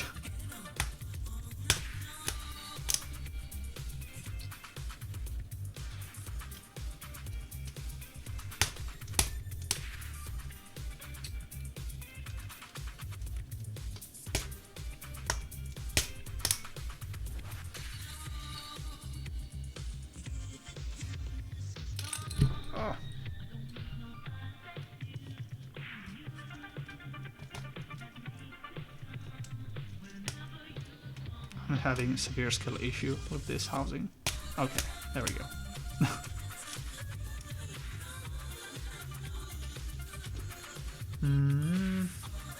We are out of housings.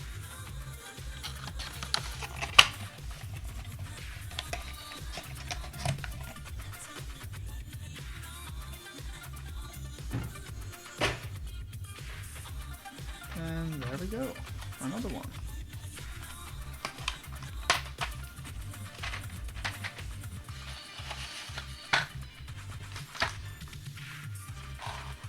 Flip and raise.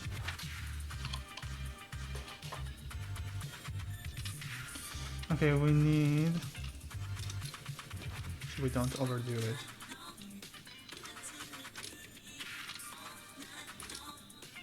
Spacebar, then let's avoid the normie layouts. So I think those are the only ones that we need.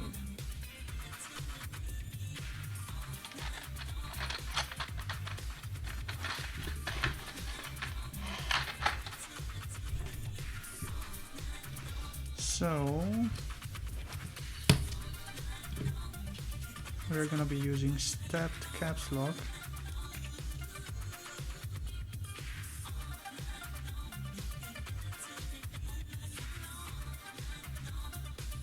Yeah, exactly. If you wanna install them right away, it's literally just pop them into the plate and we are good. And if you noticed, I'm trying to keep the notch in the same position for all the keys. It's not really important on MX stamps as it is on EC, because as me and Nico know, the brawler caps, they tend to like to go in only in a certain way. And actually I found out, to be honest, that they fit both ways. So it is what it is. Yeah, they're sassy because I was super convinced that I wasn't able to actually place them with the longer section on the top, but actually for no reason they actually fit, though I noticed that they fit because they're not centered anymore. So yeah, like, it works, but it doesn't, you know.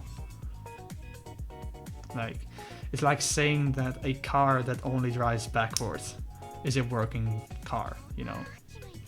Like, yeah, it works, but it's not really what it's supposed to do.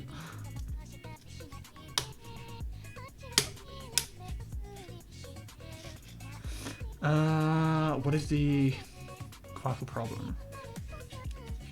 LEDs, the finishing peeling off. Because I only know about the bootloader issue that I'm not gonna mention. What is that for? You never build with six. I mean, as you do, because it's normally bottom row. Why do you even support it? Don't tell me it's not centered, the switch. Oh, you realized that you didn't actually include a 6.25 position for the switch. That would be pretty funny.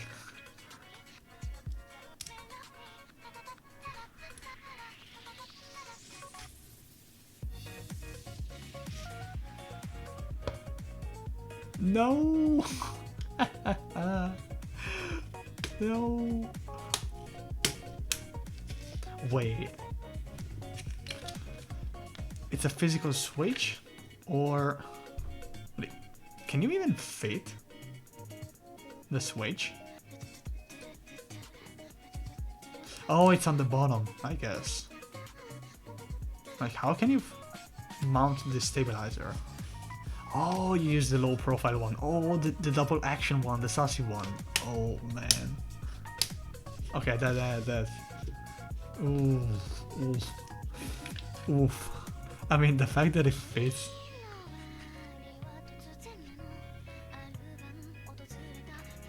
Like, that is. That's pretty wild.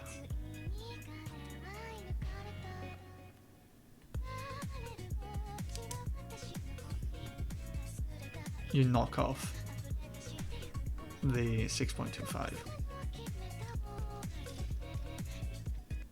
I mean, that's my solution, you know, no more 6.25.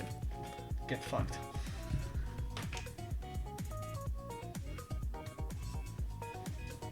Oh, true. True.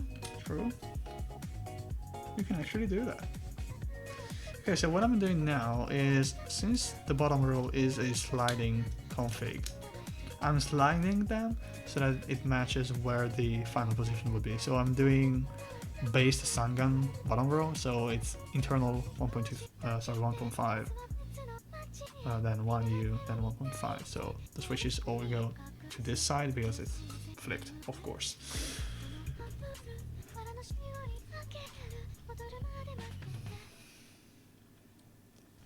Yeah, that probably costed you like $50 because high leap.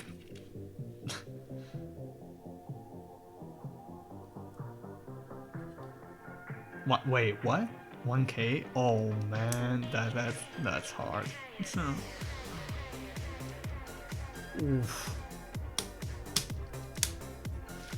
You know, I could have probably done that. Oh yeah, refresh too.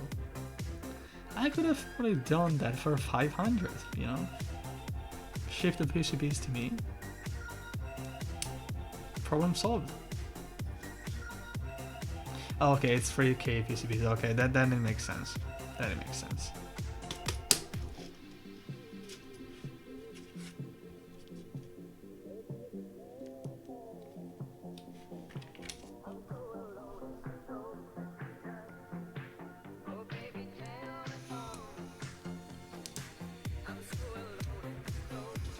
I mean, an alternative would have been just disabling the 6.25 in VIA. That's probably one of the easiest way to do it, you know. Okay, so for this side,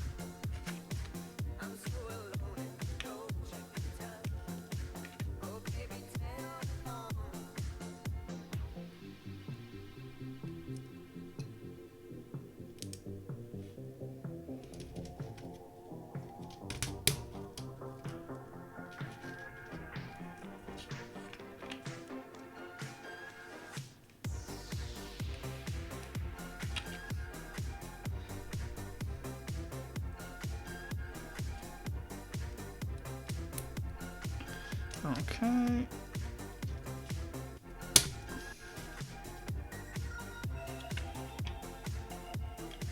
I miscalculated. No, they're precise. Nice. I didn't commit epic fail counting. So 7U is this one, so this side.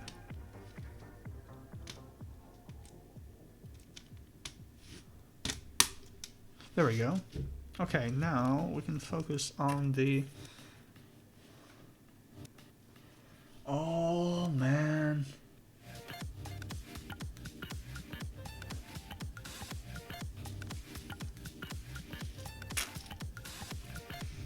It's been rough. But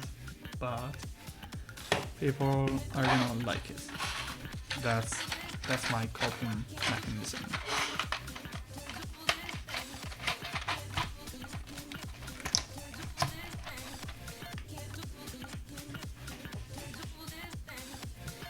Okay, so we are gonna use the fixed 2Us.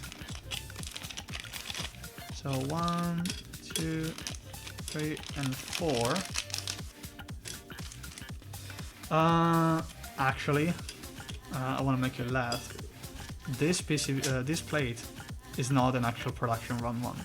It is an FR4 plate for the early prototype of the PCB, of the EC PCB. So that's why some positions are drilled, like hand drilled, and I'm using standoffs.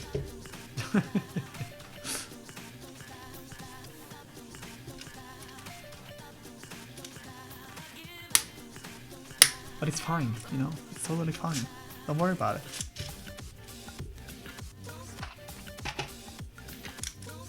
Actually, like, we went through some iterations.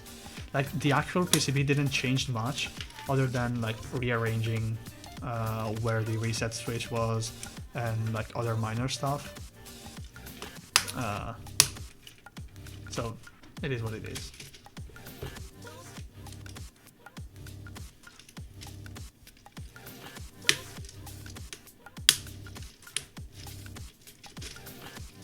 Okay, so I think I can now start to loop at least the 2Us. And of course what I'm gonna do is take the slider and the wire from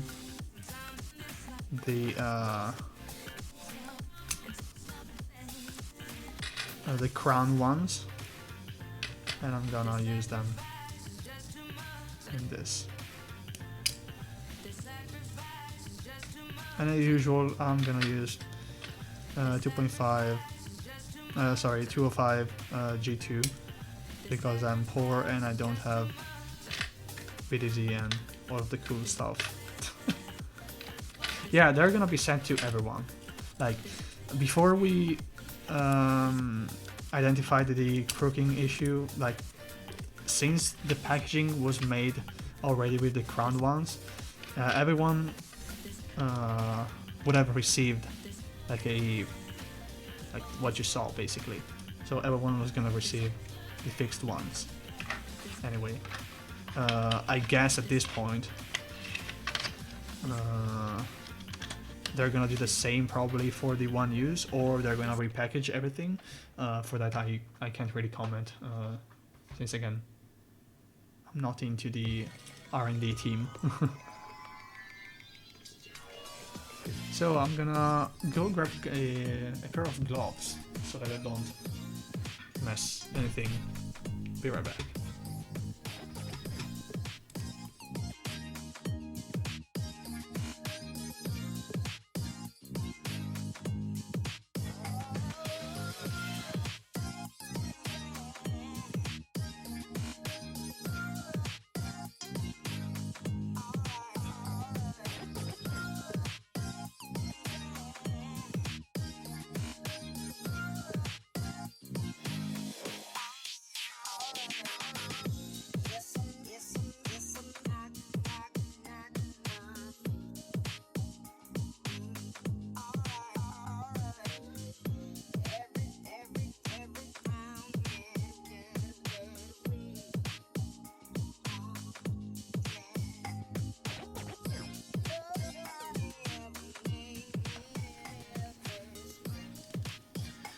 And we are back.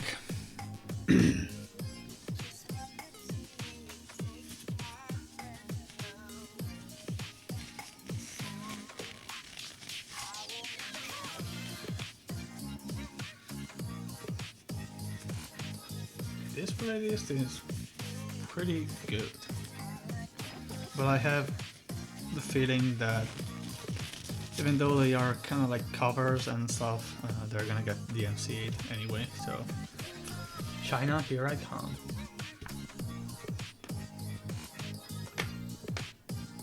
Okay, so I have an almost empty 205 G0. So I guess I'll be using that.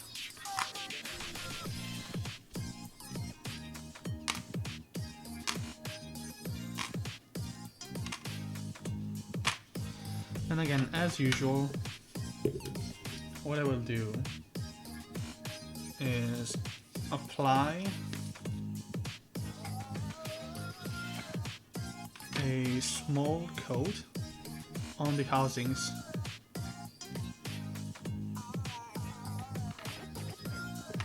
and then go and do the wires.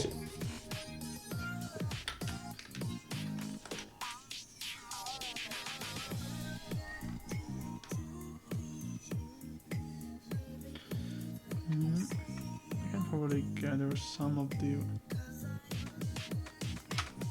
oils and stuff that are here. So you don't have to actually have that much lube. But it's literally just to smooth out the rails. So I will do literally just a quick pass.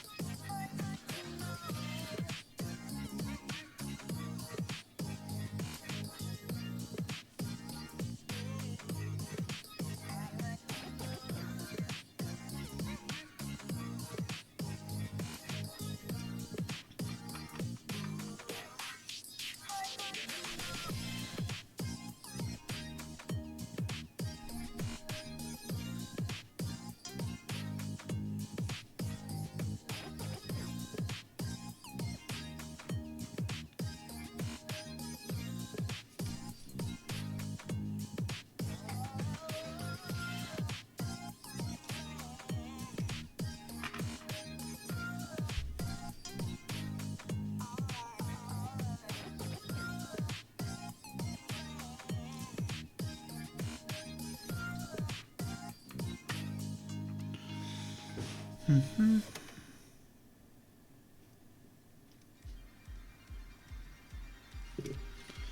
There we go.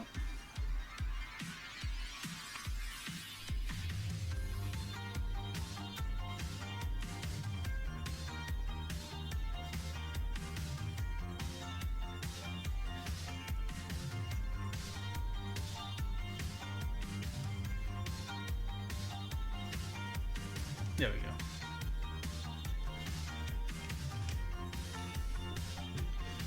So, what I will do now is start to add the majority of the lube for the clips. Ideally, I would use a syringe here.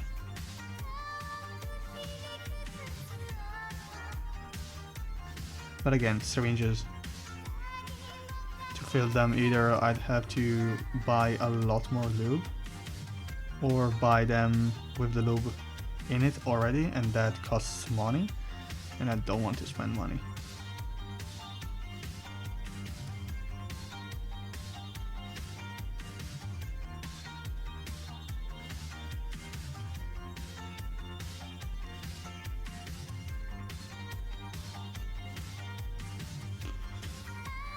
And sorry if my head covers everything. I will do a close-up.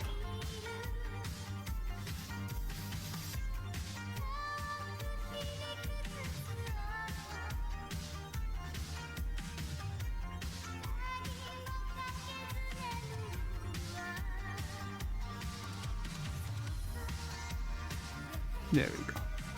Over like this, you can see better.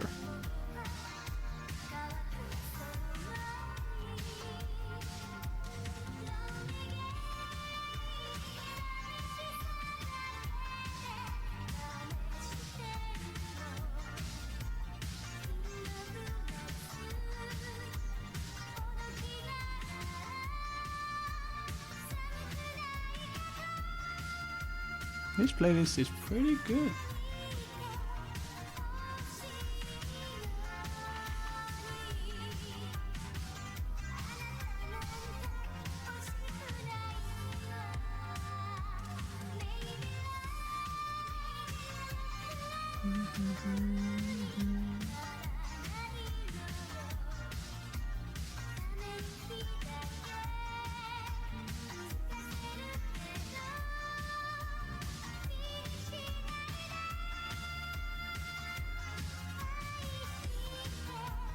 Okay.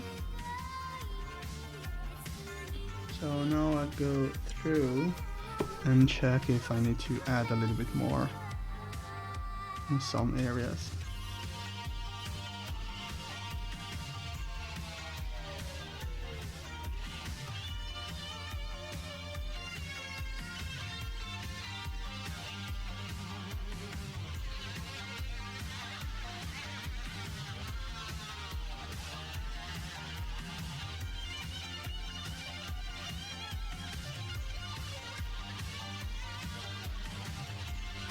Okay, so as a quick example, no, I never lube 1U.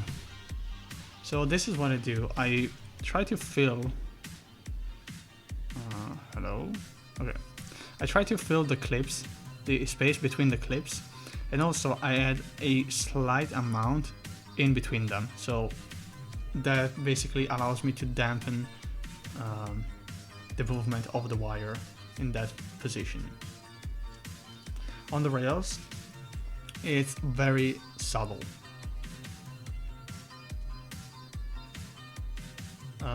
Because if you add too much, then it will start to cause drag. But if you put like a slight amount, it will basically go away by itself. And that is very important. And the way it goes away is that since you're using a very light amount, you're at the end of the day only putting in the oils, like the separated oils. So another thing that I do is I pre-place the silencing ring. Even though I could place them here, but since I'm gonna be manipulating them, I prefer to place them because I clip the wire afterwards. I'm not one of those that place the wire in the slider already and then clips it in while sliding it in. It's easier for me to just separate the two.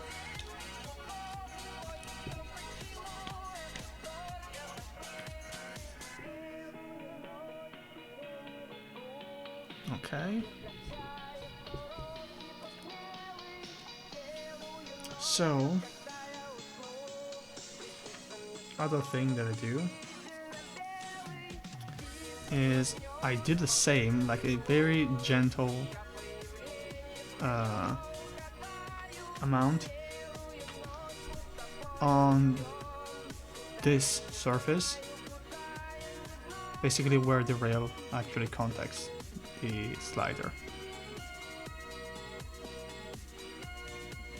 And it's important to do it in a linear motion, consistent, because that allows, like, it kind of facilitates the cycle out.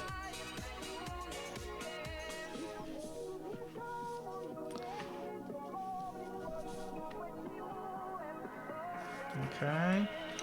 For the lube on the actual inside, I wait for that.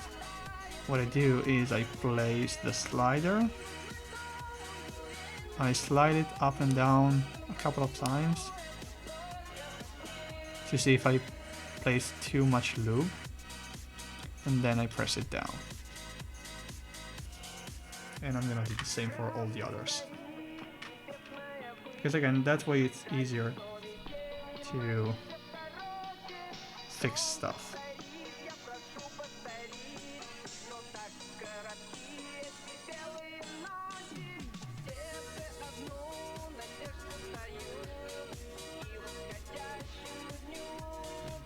There we go.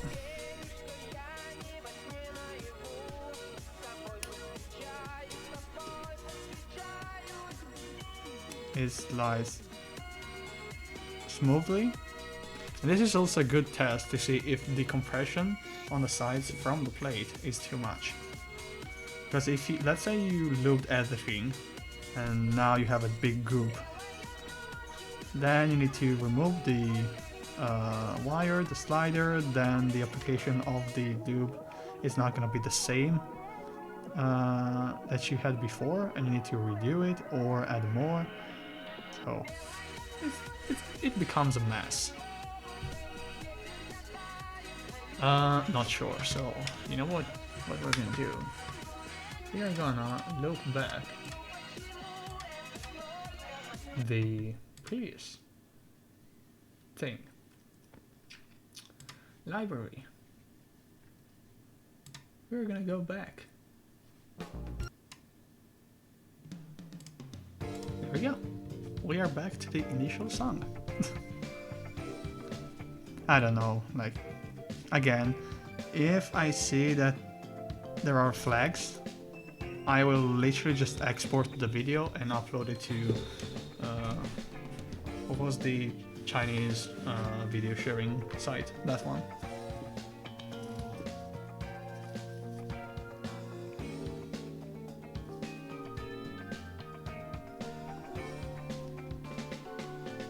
Because again, I don't want to pay for music. Like, I stream once every 2 months, so it's not justified to even pay like $60 per year, you know.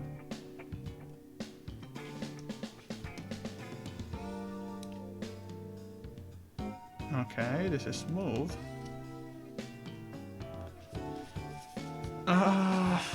But that takes effort, and as you can clearly see, I don't have time. Okay, so now I apply lube on the inside. And I literally just chuck it in.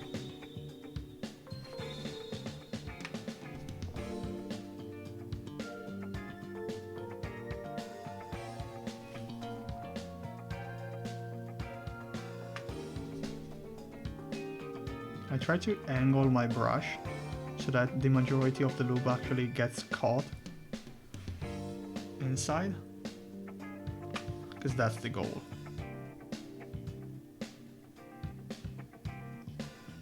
Maybe without pulling your slider out. Ah.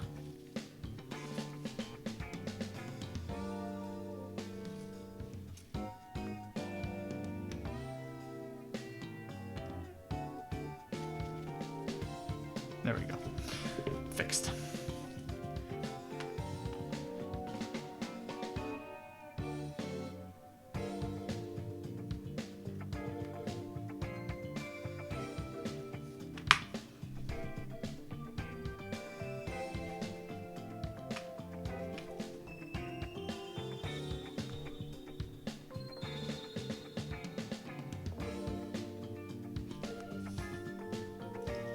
Let's see if I can use the remaining one for this single. Oh, we can totally do that.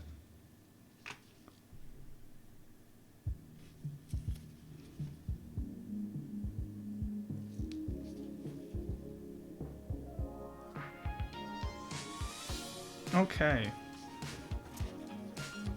So now, what I usually do is we can close this one. We can open the new one. And I know I probably use way more than it's needed, but you know, whatever. Okay, what I do now is place it like this. Okay. No. Actually, yes, maybe. But not like finalized ones. Guillaume sent me the plate files a while back, and I adapted them. But they're not like production stuff. Like they don't have even have like proper holes. Okay, so what I will do is chug the side and try to spread it out a little bit, because keep in mind that we already lubed the inside of that part, so we don't need that much.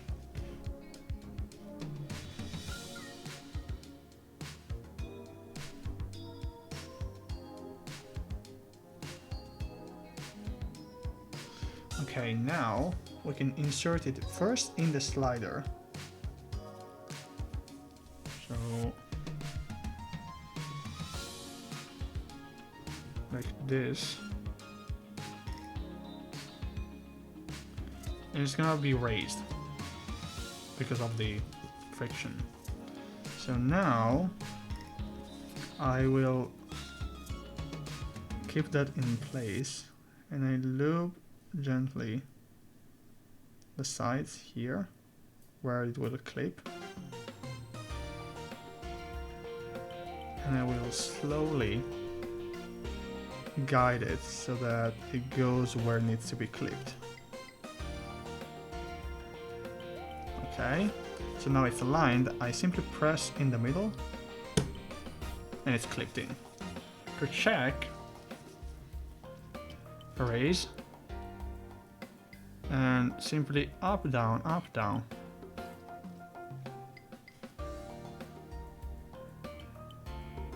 And it's smooth and it's good to go.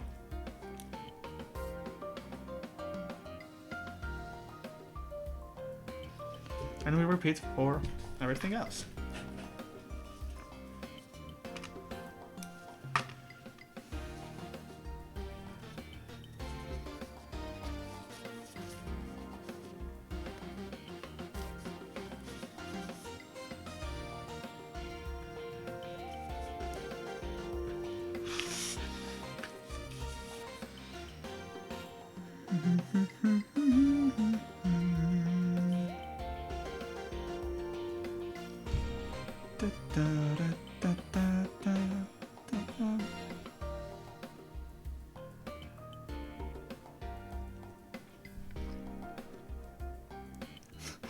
Thank you for the playlist.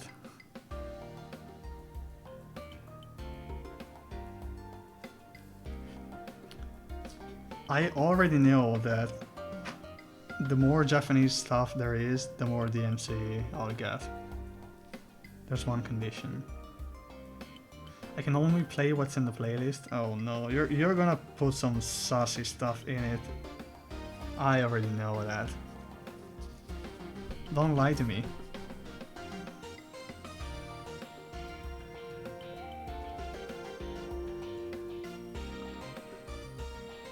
You're gonna put in like the eeny weeny, lemon squeezy, whatever the fuck that is.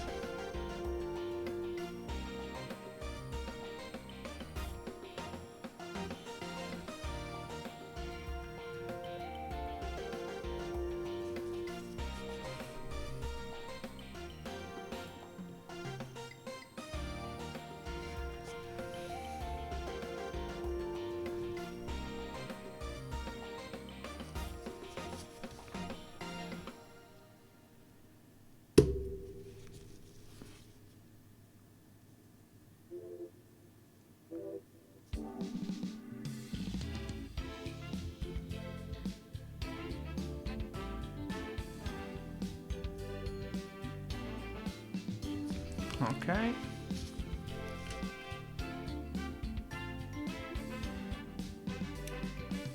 Perfect.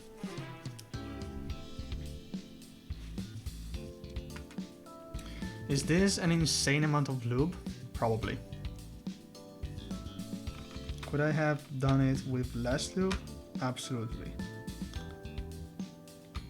So don't take the quantities that I use as an advice, other than for the housings rails. That is the, again, only if you're using like thicker lubes.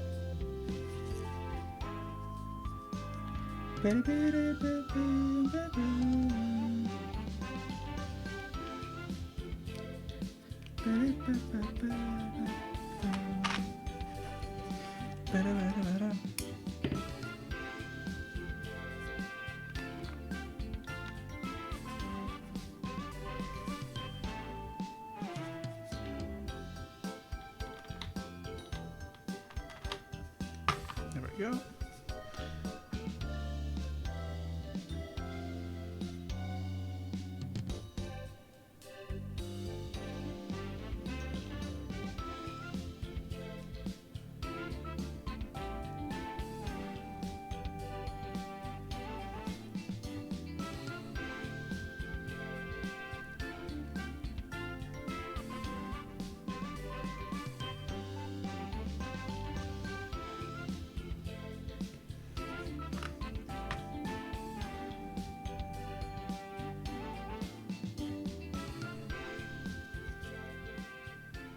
Okay.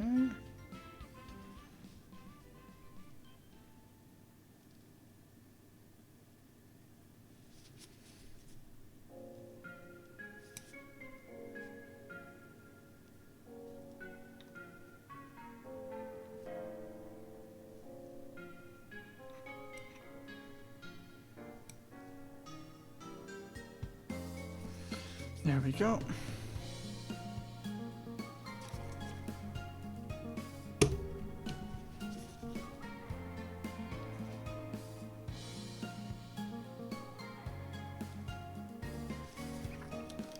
Let's try this one.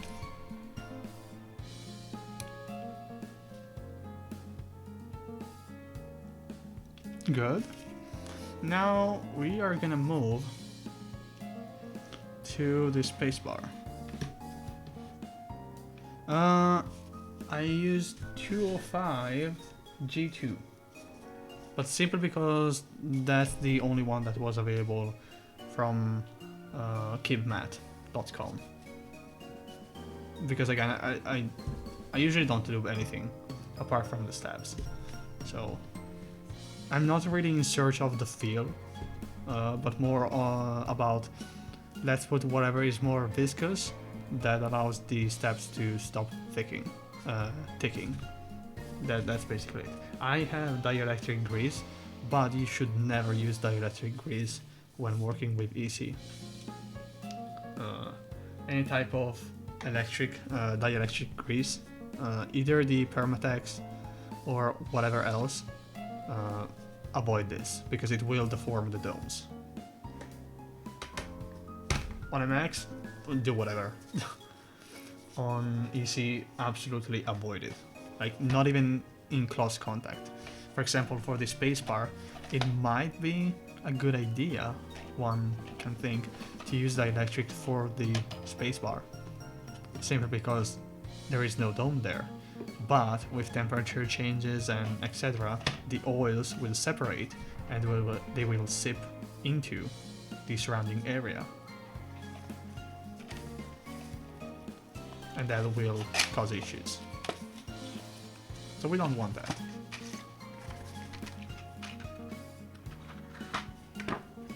So again, we are gonna be using the 7U.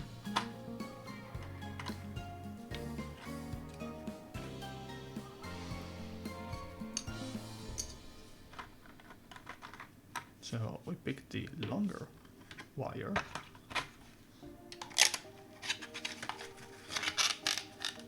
Some people use BDZ, some people use other lubes. For proper lubing, I think it's probably better to ask in Conical, because I'm simply not that into the lubing stuff. Yeah, I heard about BDZ making a mess, but I also heard people praising it for being like basically gold for what it is. Okay, so in this case, this one goes here, and this one goes here. So we can clip those.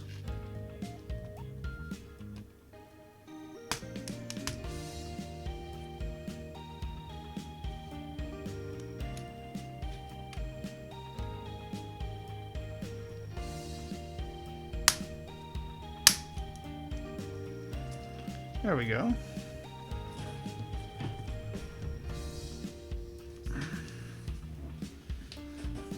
So here, pretty much the same deal. Here you can go a little bit more aggressive with the rails, simply because they have so much more clearance.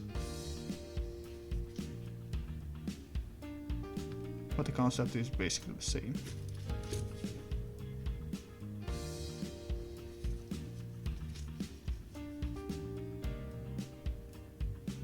And again, is this really needed? Probably not. Okay, then what we need to fill is the space here where the wire goes. And you can avoid overdoing it by seeing where the wire actually goes. And here it slides because of the multi-layout, of course. So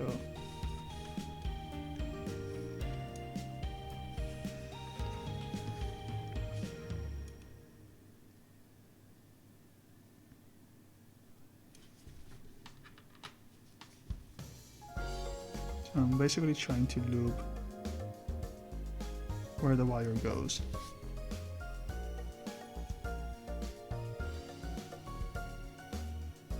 A thing that you can do is take an amount of lube and then place it like in the hole, and then you kind of spread it out.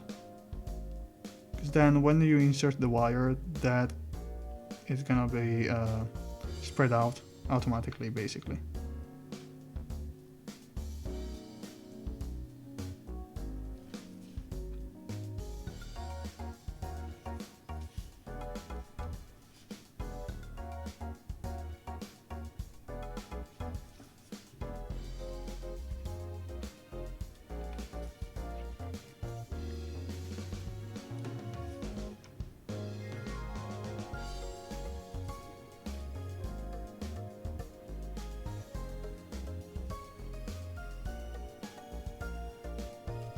Having a syringe here really helps.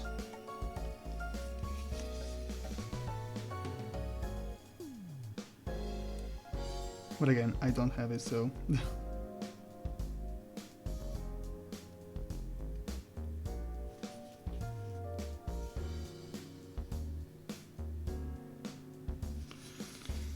Okay, so now...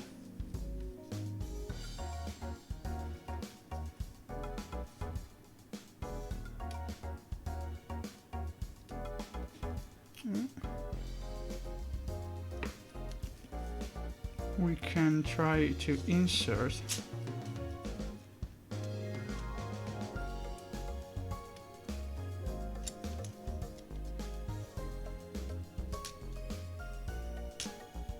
there we go. You're basically inserting the stem part.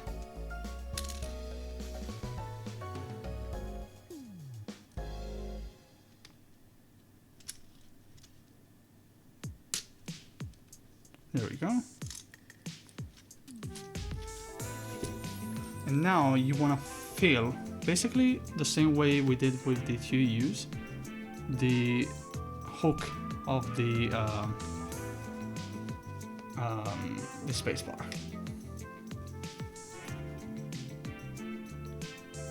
Since it will move, because it's not as tight, you can kinda hold it out, or you can simply do like this.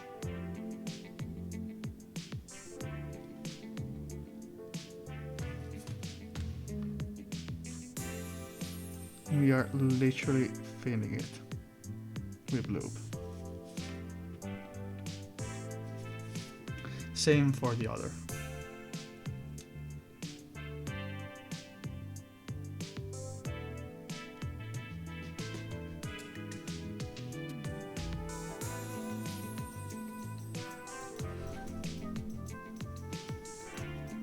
Okay, we have a sufficient amount.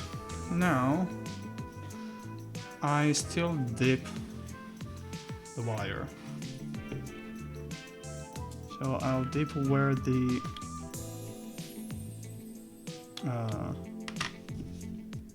hook is, and then the sides.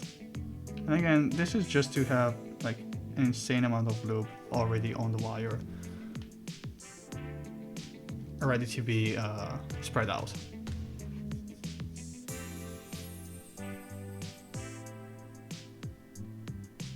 So that you can do something like this.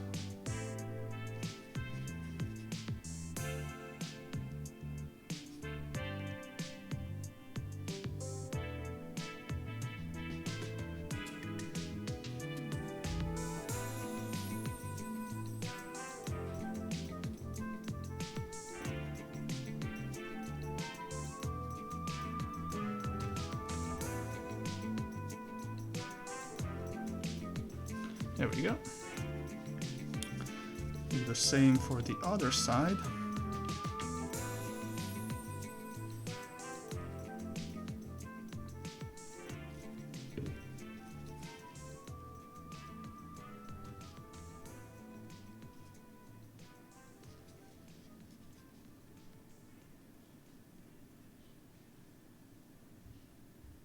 There we go.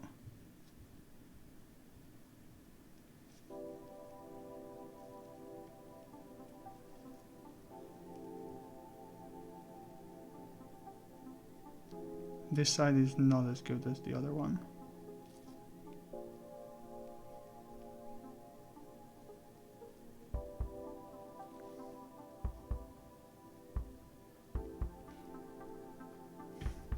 Kinda.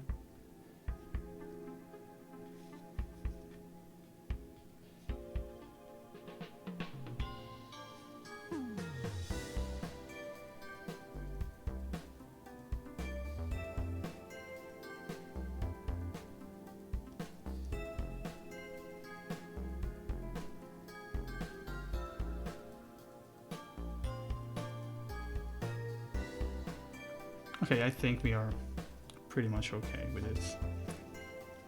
So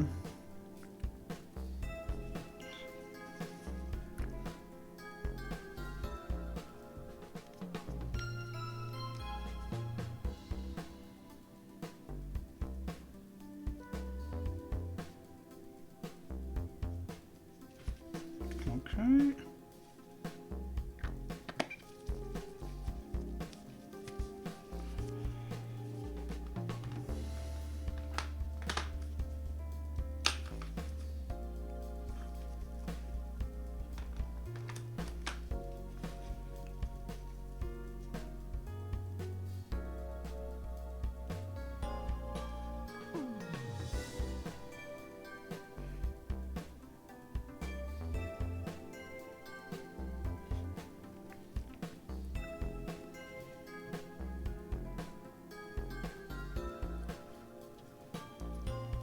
And we will insert it. So the way it works is basically the same as for the 2U. So we first go into the hook,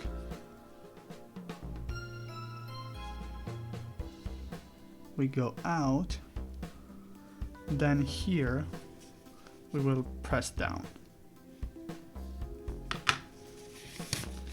I will remove the gloves now.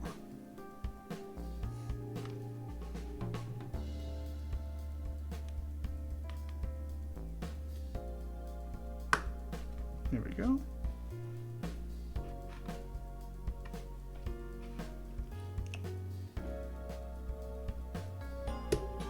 There we go. So here we have more loop to add. But since we overdo this side, I think we can just spread out like this. Okay, I think we are done. So I'm gonna go wash my hands real quick and then we will put domes in it.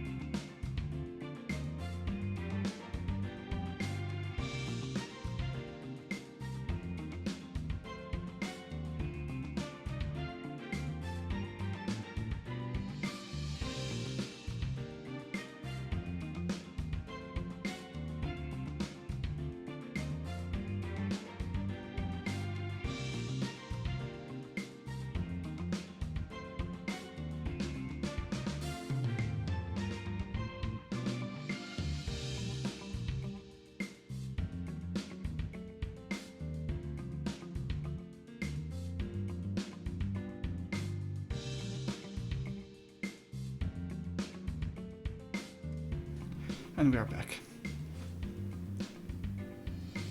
So now we are going to be using 55.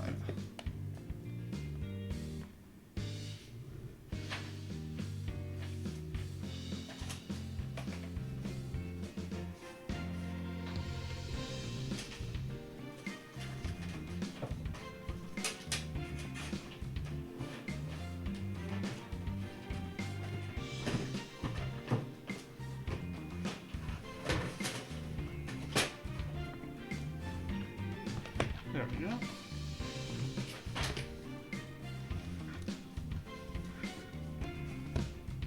So we will need to actually raise the plate assembly.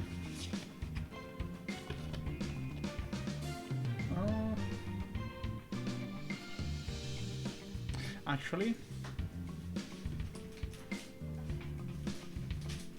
I think it would be easier to place it in the top case with the rubber, so we have more room to actually raise this.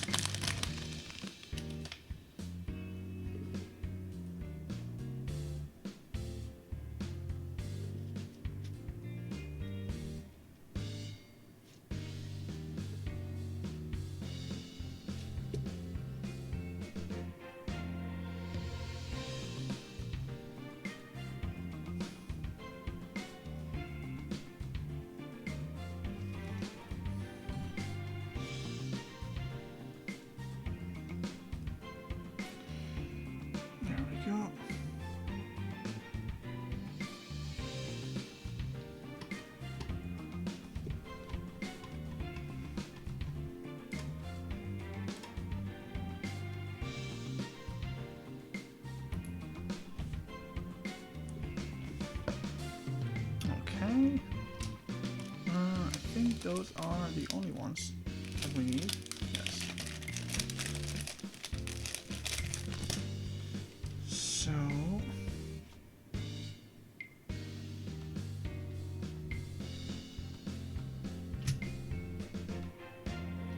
we press down so that the rubber actually engages properly. Oh, and I'm dumb as fuck because I top rated the winky housings.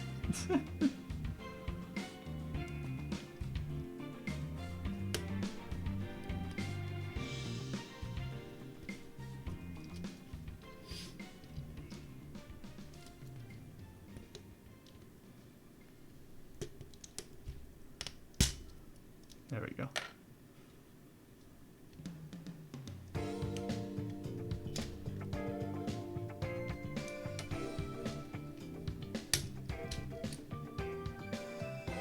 There we go. Fixed it in record time.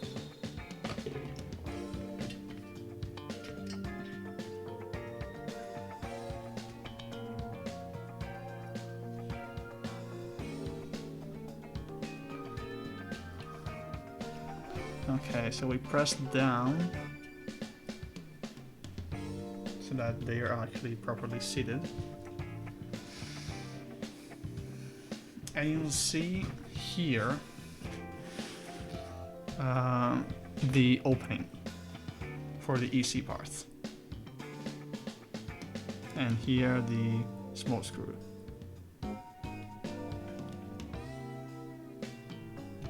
Okay, so now that we have a bigger surface that we can raise, I'm gonna use the housings box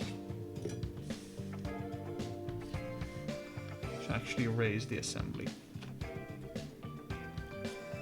We are gonna chuck down the 2U's and check for the proper position of the bottom row keys. So 1.5 is to the right here, 1.5 to the right here, 7 is left, this is good, 1.5 is to the left, and 1.5 is to the left. Okay. So now we can start to put in domes.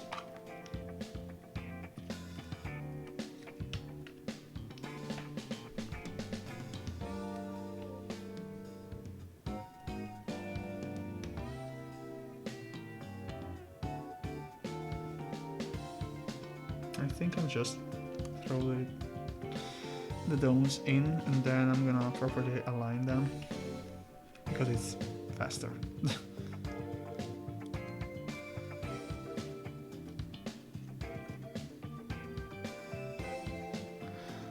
DM with mini playlist. I'll check it out now.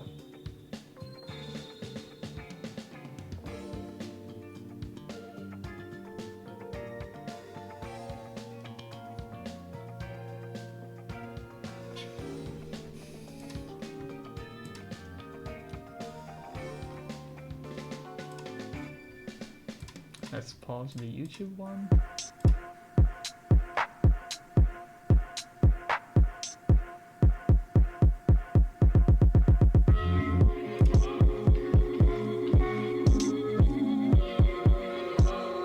Yup, forever.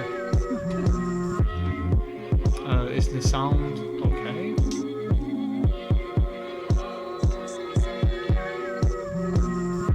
Too loud? Okay. What about now?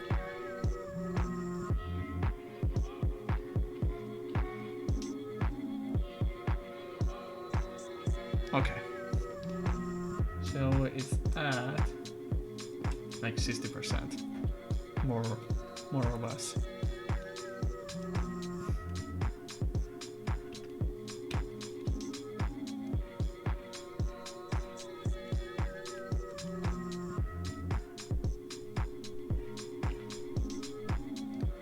So a thing that I personally like is having the dome sheets. Either the full dome sheet or like strips of 4 units. I would have liked if the domes were actually strips, but I also know that that introduces issues, because then you'll start to cut them and you'll end up with like weird combinations if you're trying to build something else and you don't have the matching layout basically. So I guess the 1U was a good call.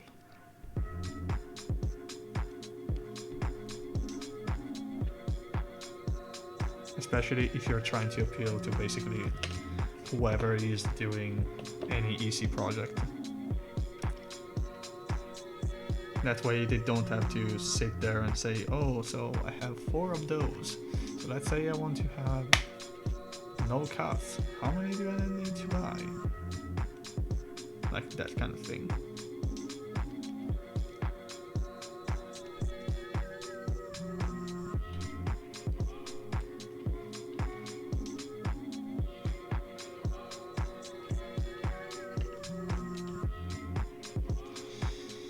And keep in mind that since we used 0.5 rings, the slider is slightly raised. So the actual alignment that I'm gonna do is very important, because I don't have the auto alignment that no rings would have gave me. So keep that in mind.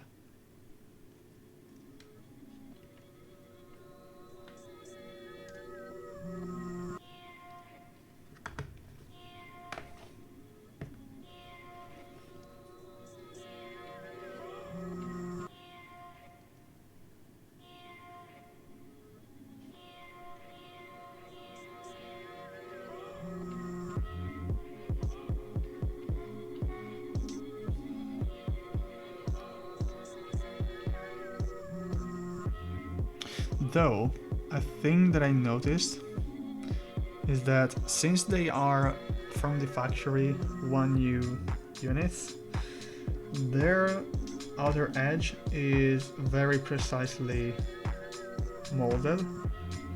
So even if they are raised, but even if they weren't raised, they align one to each other pretty well. So they don't overlap, or they don't have like a small bit that goes over another dome. And that's a thing that you usually get when you cut your strips by yourselves. Because you either are not properly centered, or at the start of the cut you weren't really properly aligned.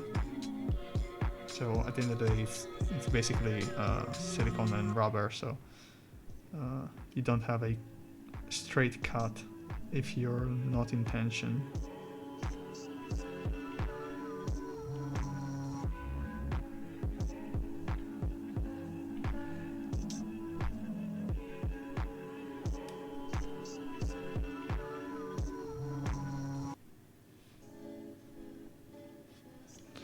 And that also goes to a thing that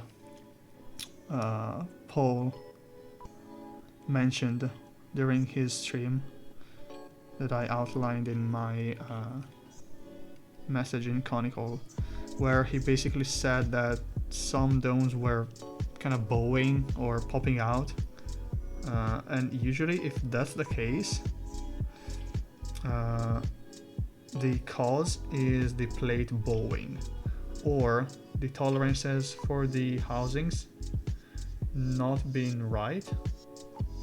So when you basically assemble the board and you have the housings in the holes, they will put stress on the plate itself, and it will basically like bow because of the extra thickness that wasn't intended to be there.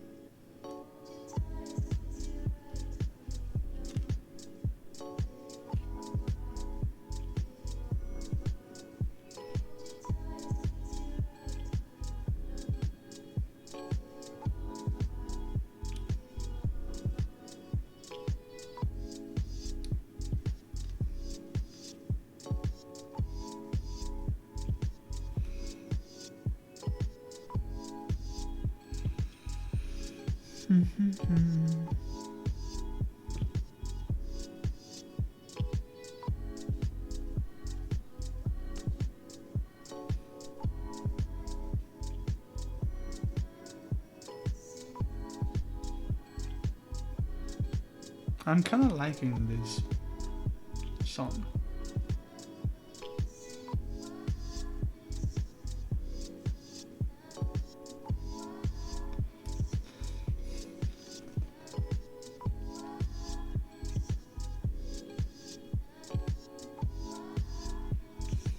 So one thing that having single units brings you is that you need to be a little bit more careful about the proper alignment,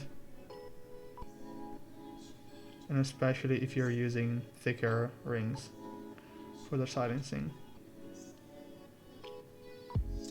because again, now they are raised, they're no longer at the same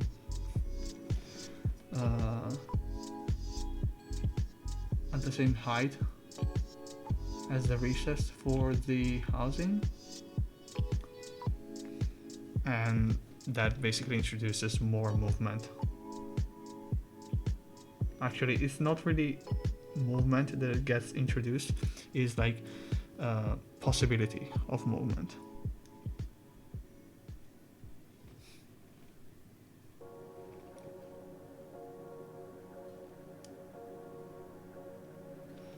But again, as long as you're paying attention to it, you'll be fine.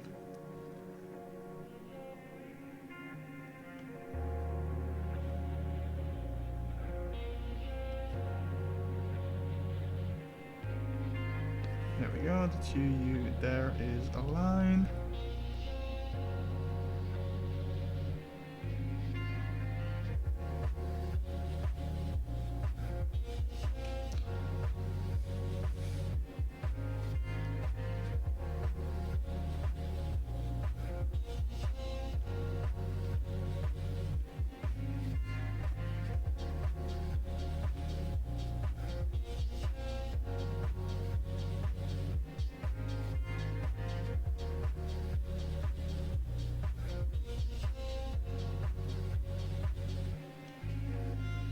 I mean, I guess they can for sure. Yeah, it will be kinda not ideal. But I think, I mean, I'm building with 0.5. They ship with 0.3, and I tried before with 0.3 silicone that they provide, and it's not as bad. So I think it's literally just a mix of me being me, and I mean, I would have built it with 0.7, so you know. It's not really the best. So I'll put aside the spring for that. And I'll try to already sort out springs that are not tangled together.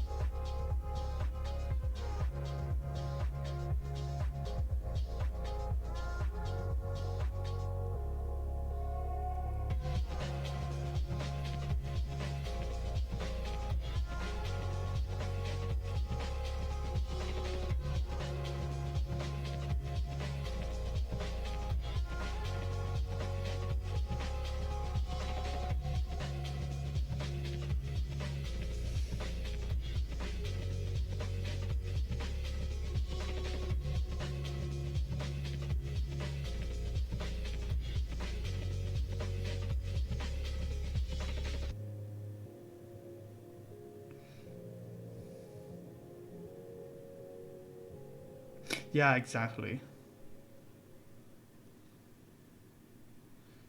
I mean, with strips is more easily manageable, but that actually introduces another problem where since you now have a strip that is 4 units coupled together, whatever happens to the entire strip gets put to the other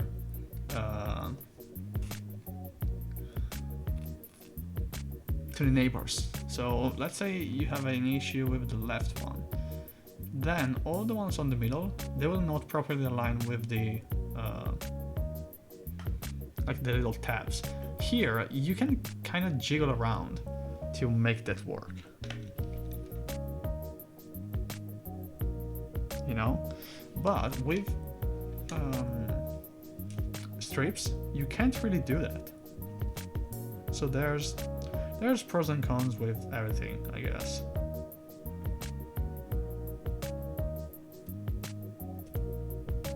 As always.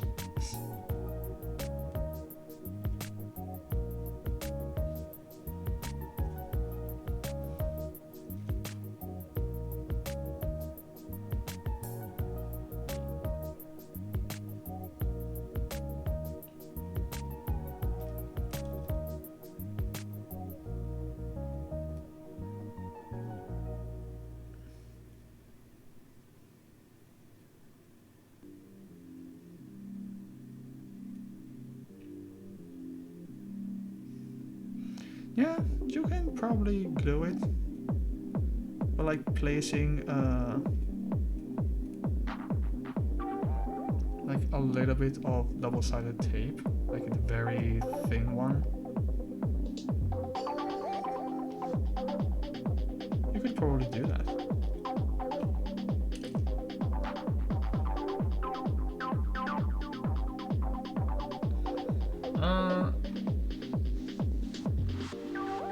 Yeah, I think do the loop. There we go.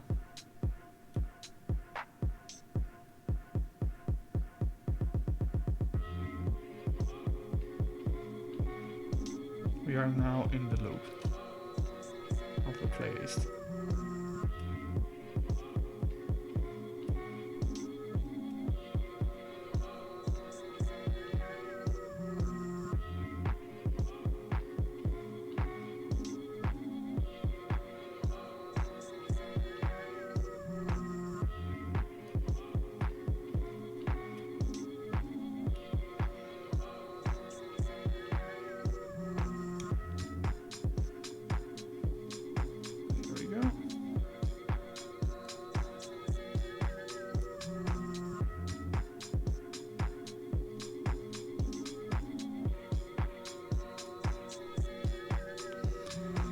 Custom software, yes, indeed.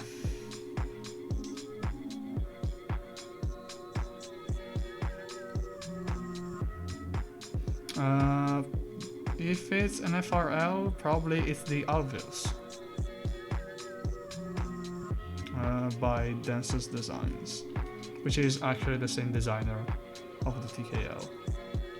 It ran through KLC, but the design is from Densus.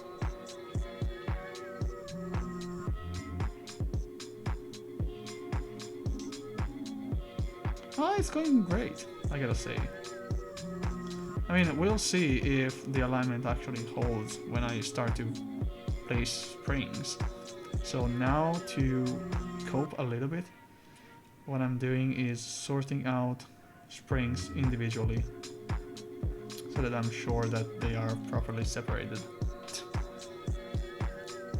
Yeah, we actually took a look at the Alveus a while back, a prototype unit. So if you're interested in that, you can check the VOD for that build over on YouTube. I think it's linked somewhere in the Twitch channel. Otherwise, you can look through the announcements in my server.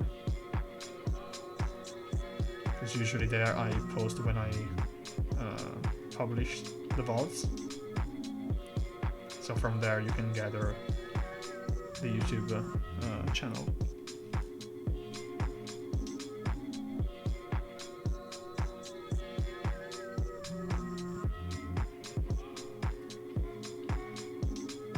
There was actually a way to show it here, but of course the bot is still dead for no reason.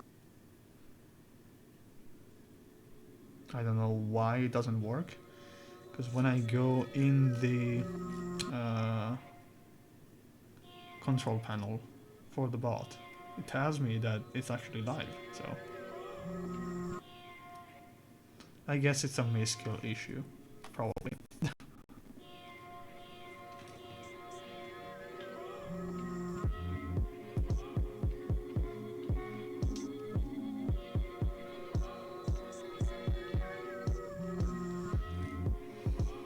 Okay, I think that I'm gonna untangle just some more, and then I guess we are pretty much on with the spring count.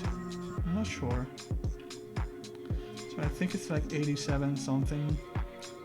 Actually no, it's less.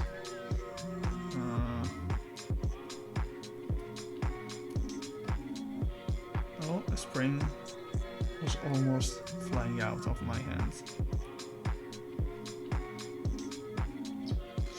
Yeah, because like a TKL is 87 keys, something like that.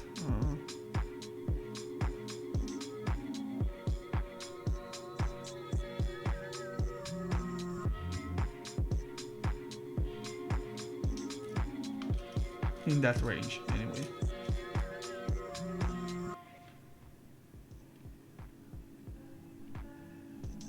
So I think we are almost done.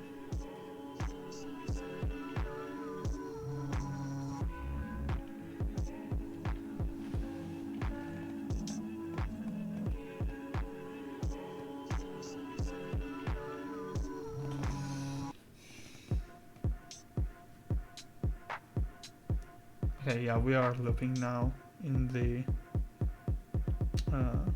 playlist. I kind of like this kind of music. So probably, I bet someone created like a playlist of songs like this.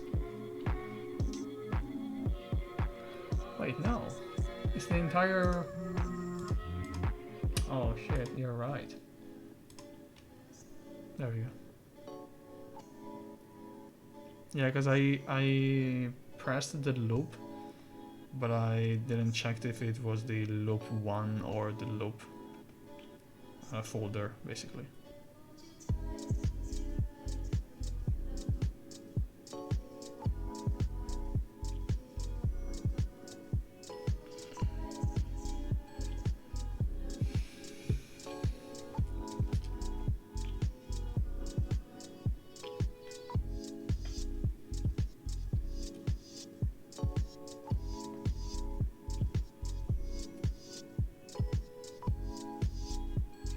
Yeah, you know, we are kind of tired around here.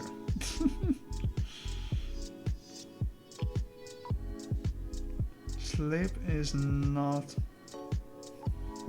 Let's just say that it isn't. Like, let's just stop there.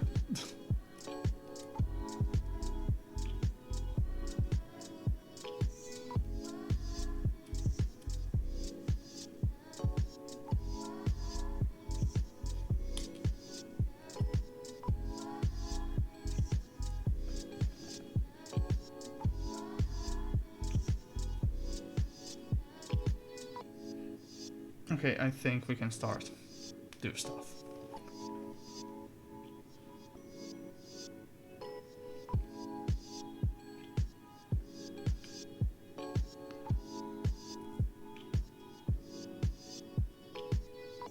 And yeah, I think aligning them early was not a good idea.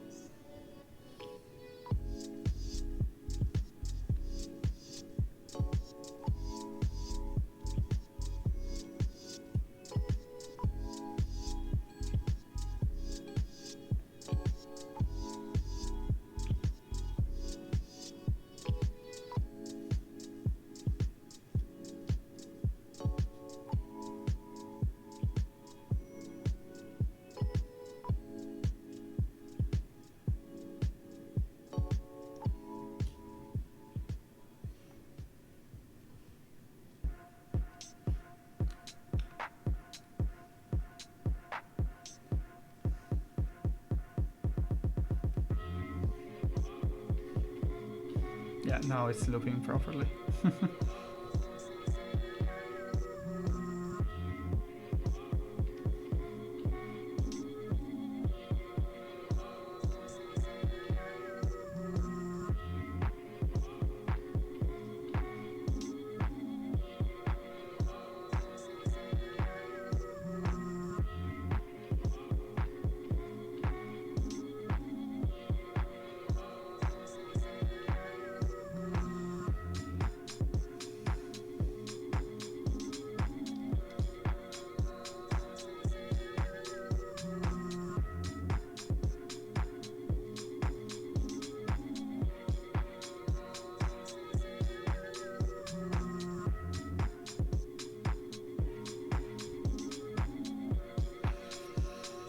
Okay, so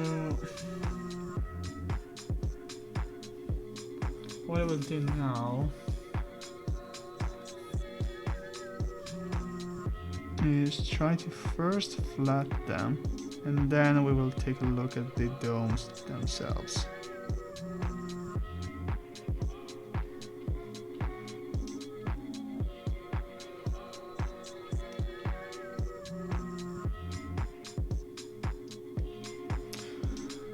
Unfortunately, I don't have cherry caps.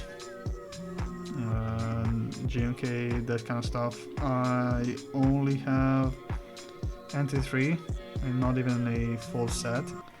What I'm gonna be using with this is actually DCS 9009, because it was literally the only MX set that I could get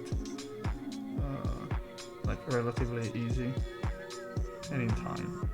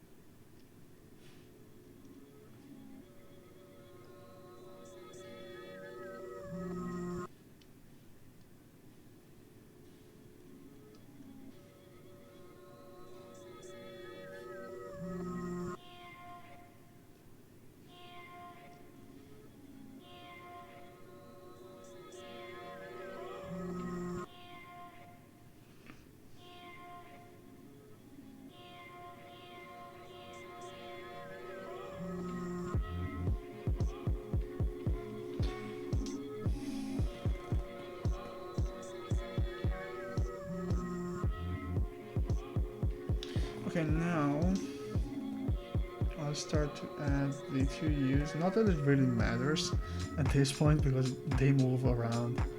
So usually what I would do is leave the 2U housings last, because those usually are the ones that are most critical.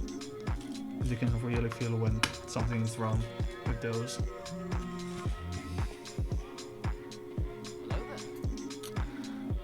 Thank you for the follow, Ultra KR. See, the others actually works, and they are tied to the bot. So I don't know why the bot in chat doesn't work. Thank you, nice guy BC, for the follow. I don't know, I probably just input something in the bot.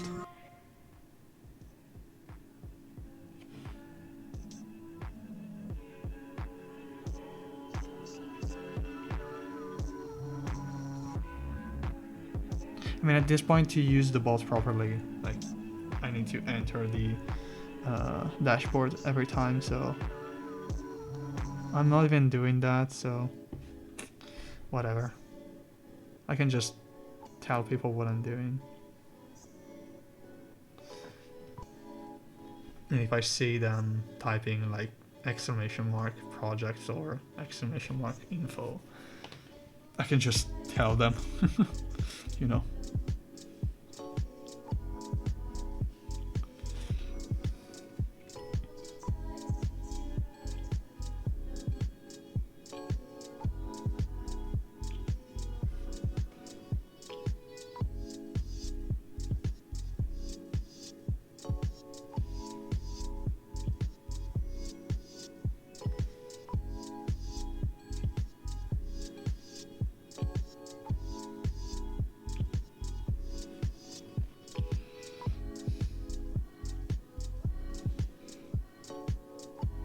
So what I'm doing now is, now that I have all the springs flat, I'm trying to move only the dome sheet without touching the spring too much to preserve that flatness, and I'm realigning them properly. Because again, since now I don't have the notches to help me with the alignment, I need to pretty much have the domes spot on in the final position so that when I drop the PCB, they get compressed in their final position already. It's a bit of a tedious job, that's for sure.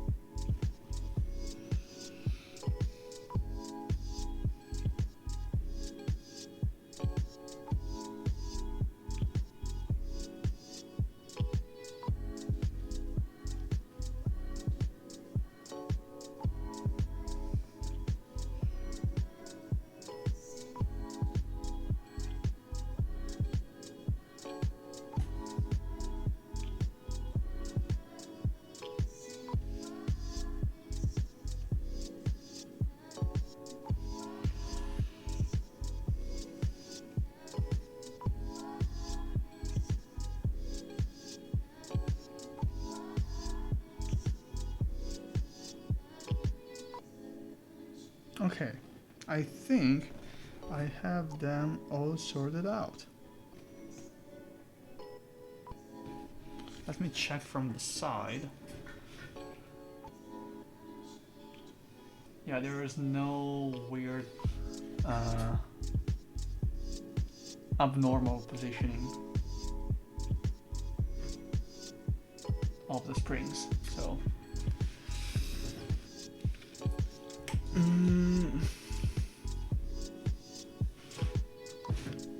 I mean, the mounting is whatever. It literally depends only on how you want to implement it. Especially if you're doing a board from scratch, you can literally do whatever you want.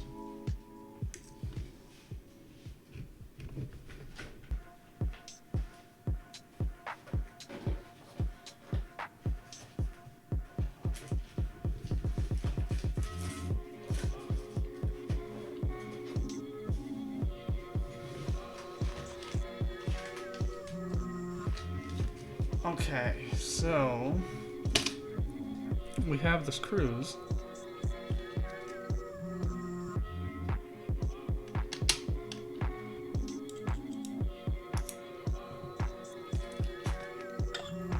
We're gonna toss them in here. And again, this is not the final mounting. This is purely a modified version of what the prototype was.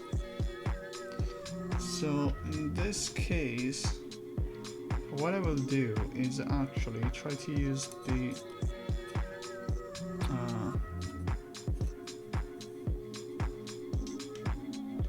tweezers to find the proper alignment.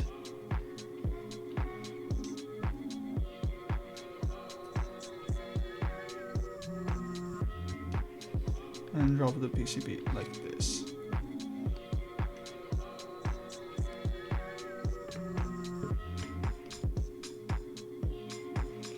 Then what I will do is find one of the standoffs and try to screw in from there and then move around.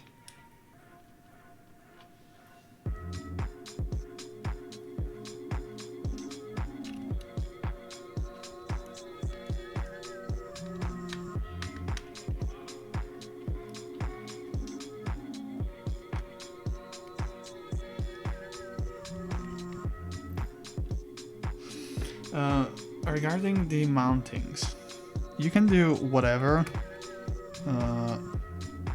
up to a certain point. Like for example, Bakeneko style or ring. You'll need to design it carefully because the EC assembly is different from the MX. for measurements, for dimensions, and all kinds of stuff. So it is not guaranteed that if you do O-ring MX, you can do O-ring EC in the same assembly. Actually, it's probably not even possible because how the actual dimensions are. So one thing that you can probably do is like have the what is it called? Is to have like a thicker O-ring for the MX, so that you actually design around the EC O-ring, which is gonna be taking up more space. But yeah, like it's a very tedious job the first time, because the system is so different. The design ideology and the paradigms that you need to take care of are so different. It's kind of like programming to a certain point. Like if you never used object-oriented languages, the first time you approach them, they are like black magic. Or they don't even make sense, you know. There's also that.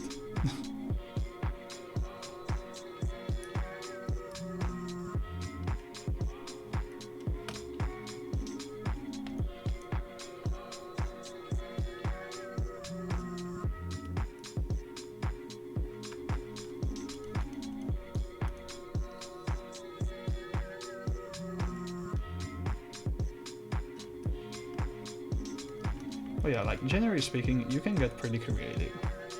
You can do plate mount with O-rings. You can do plate mount with the little small gaskets like this. You can do top mount. You can do PCB mount even if you really want to.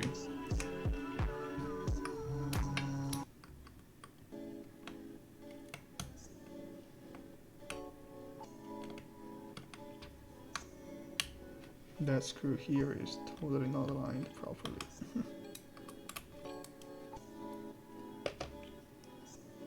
So we will go to another screw.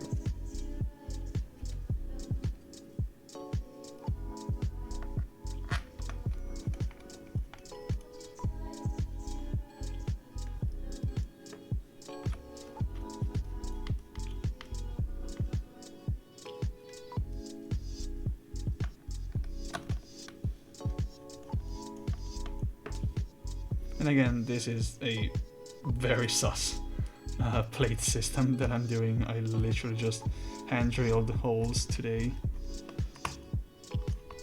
to make this compatible with the new PCB, so we will be rebuilding this once I come back.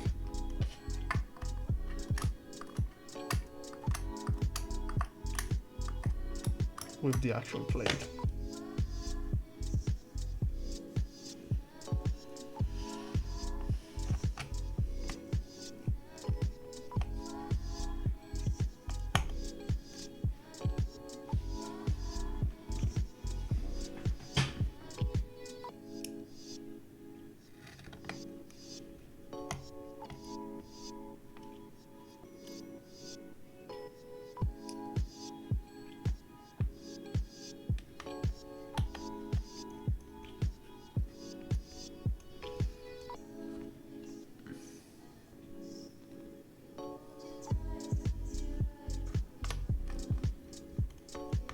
And again, thank you everyone that is still sticking around.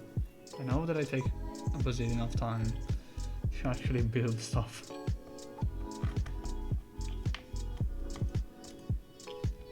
Oh, and see, I take a bazillion of time and I actually forgot to put the tape.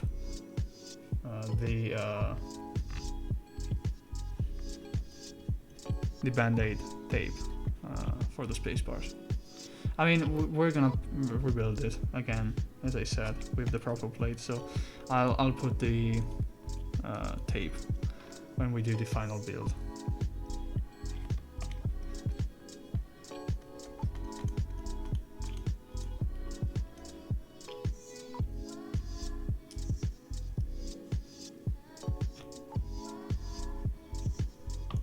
Actually, do SoundCloud or whatever, SoundCloud? Yeah, SoundCloud have like a automatic playlist maker based off of whatever is in the current playlist.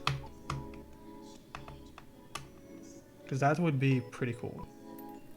I mean, probably they wouldn't actually search for royalty free though. So then I would have to manually check if those are actually royalty free music, therefore causing more work. And I don't want that.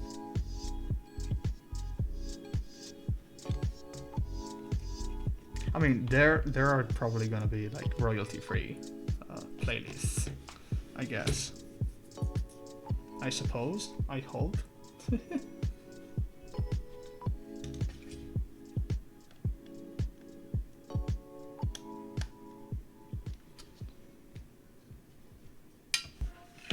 Okay, I think we are done with the screws. I mean, again, one is missing because of the plate that I'm using. That is not the final plate, so whatever.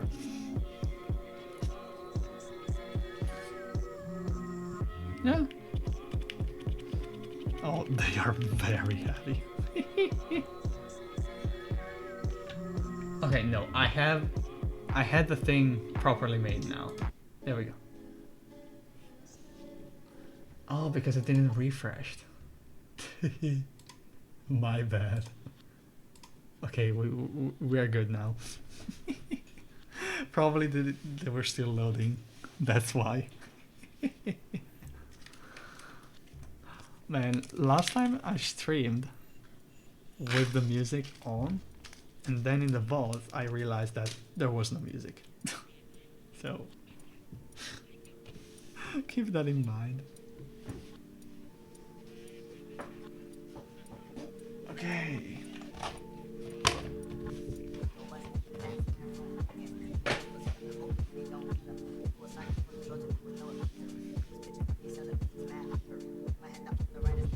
Actually, no, it makes sense to do it like this.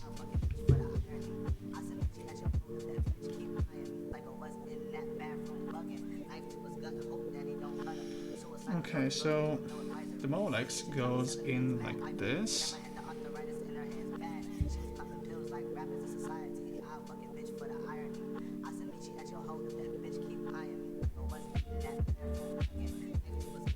There we go.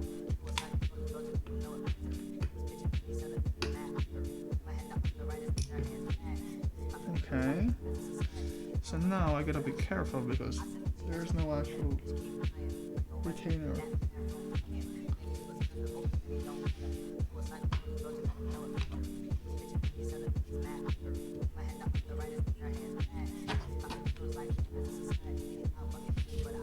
Okay, I think we're good.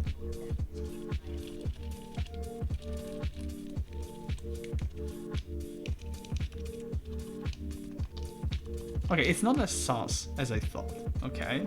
It's not as sus. So, what we're gonna do now is actually test this before we close everything.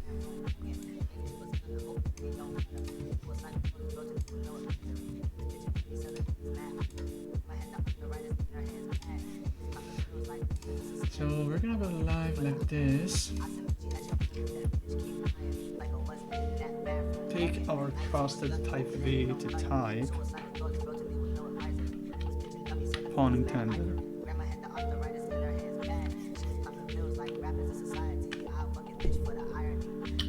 Okay.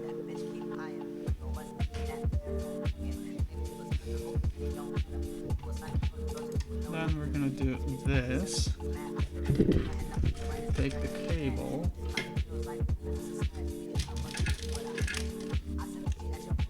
There's the USB. We plug it in, we hear the noise, you see Theca, and I think we're good. We're gonna delete the god-awful caps lock and put caps lock here, just because. Actually, no. I'm gonna put it here. Where's caps lock? Caps lock? There we go. Okay, so there we go. And this is a custom firmware. It's a custom firmware because it has the new APC and calibration stuff. So what we're gonna do is, first of all, simulate the calibration. So calibration, while I'm in calibration, and I'll press every key down.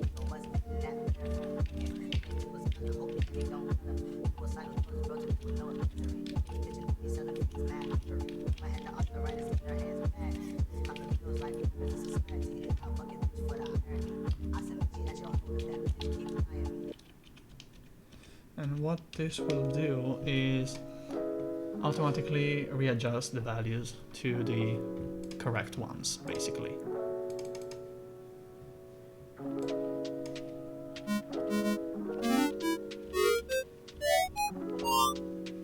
Oh, Windows moment.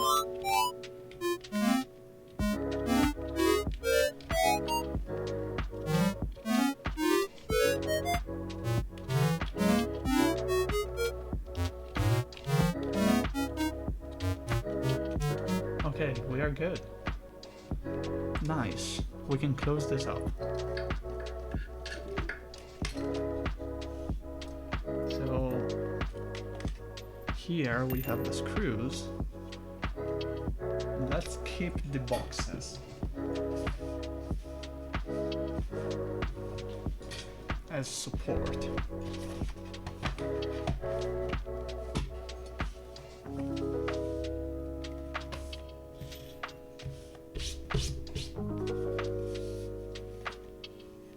Okay, God, now this is very heavy and I am very afraid of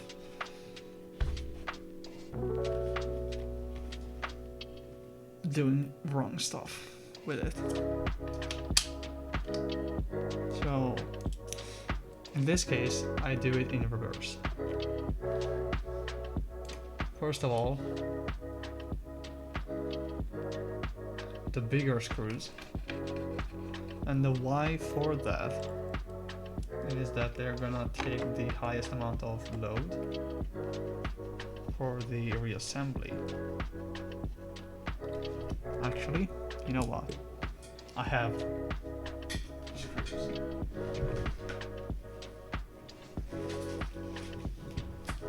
good screws. Are this?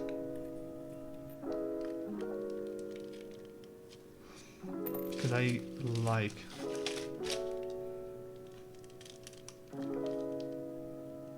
the, oh, I can probably use this.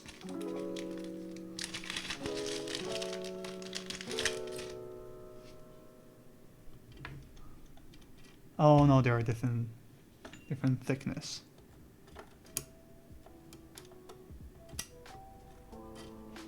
Bummer.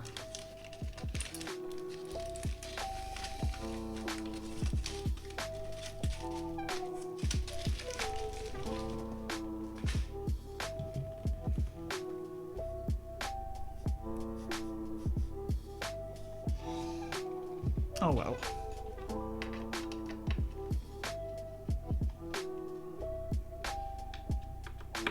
We are just gonna be using the one provided then.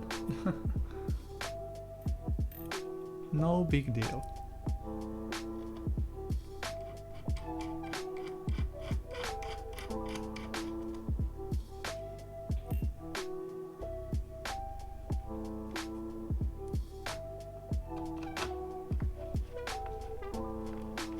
Okay, that actually almost happened on the August, because the menu, for whatever reason, decided to thread both the top and the bottom case.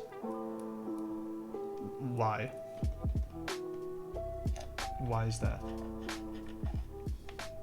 Like it literally doesn't make sense. Even from a normal manufacturing standpoint. Oh, it's so fucking heavy.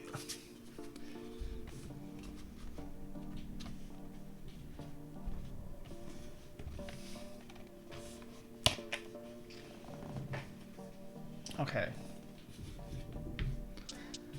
I think we can now build with the keycaps.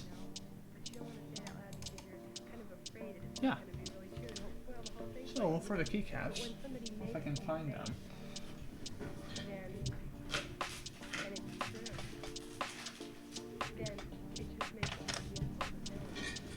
As I said, we will be using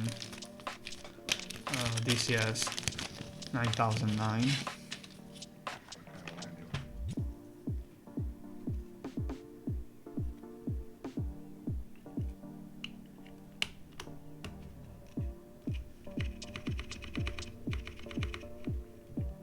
Oh, I overlooked the spacebar to hell.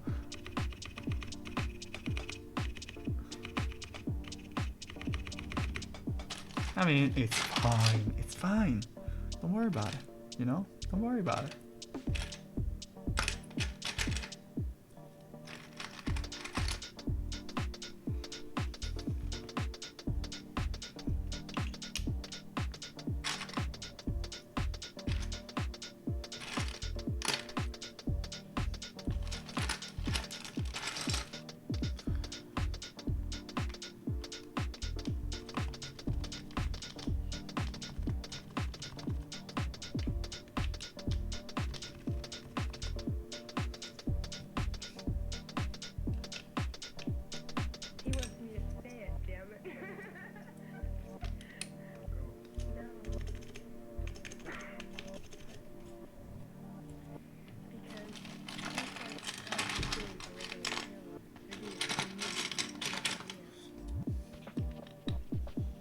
To help me, I'm gonna actually open VIA because I don't remember where the keycaps used to go.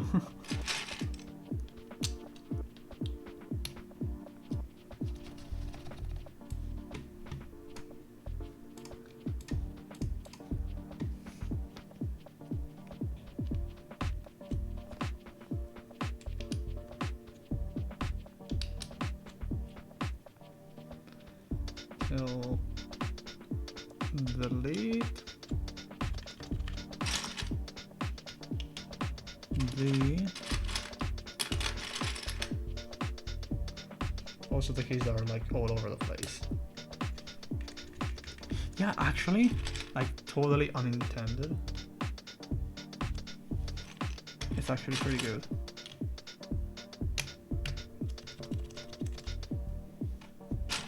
We can use green, actually. Actually, green. I think it goes better with the weight.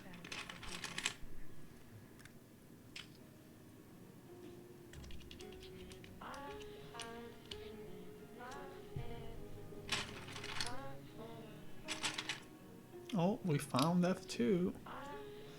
And also page down.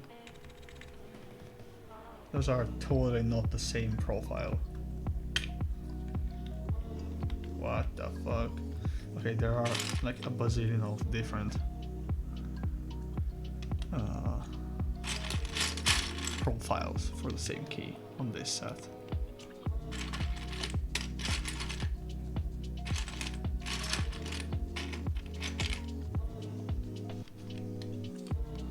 Actually, I don't think there's a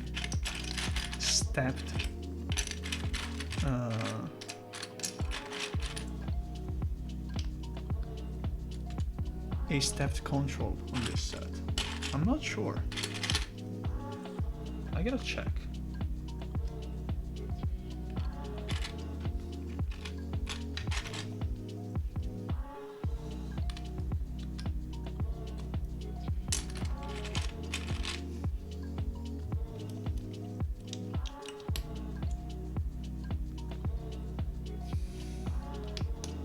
And we're gonna use the point, the dot, because the dot is vastly superior.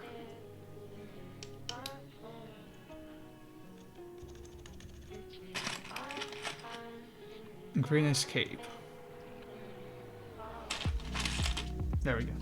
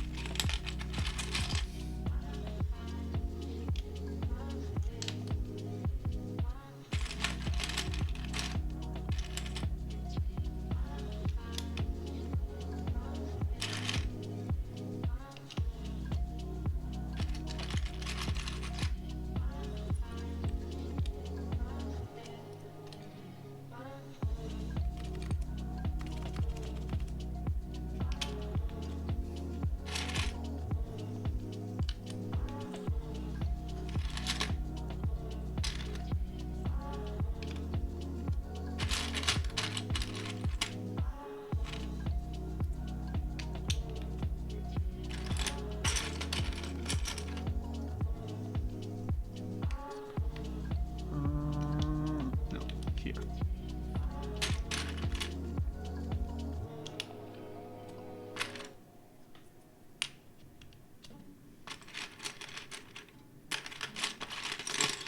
We are so close to complete QWERTY.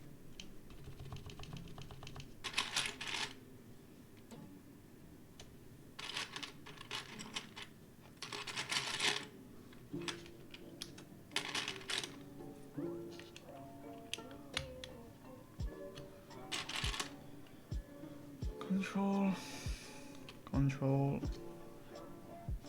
Where is Alt?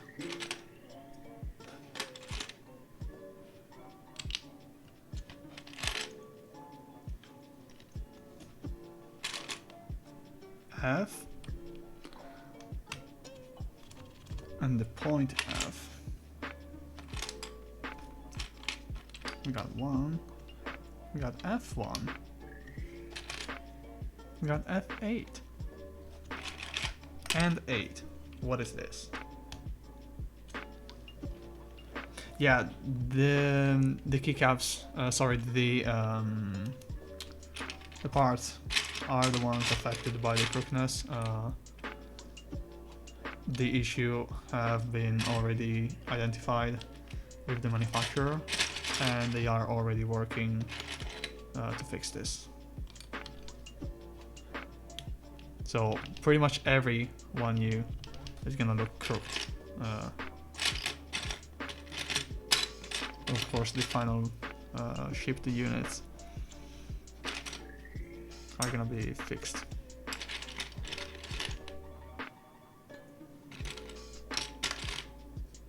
No, I don't think there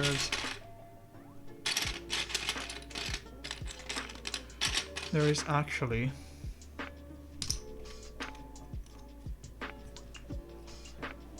a like a stepped control on this set. And again, I'm not even familiar with the kitting, so.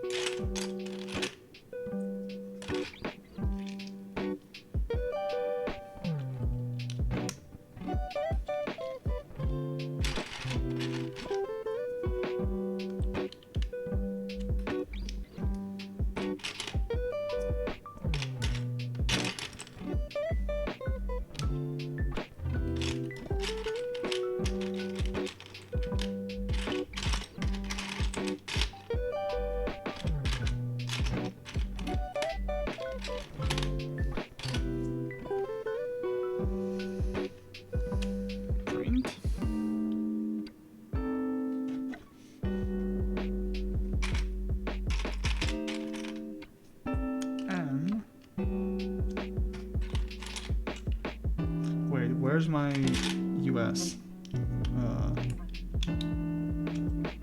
Non-cuck UK 2.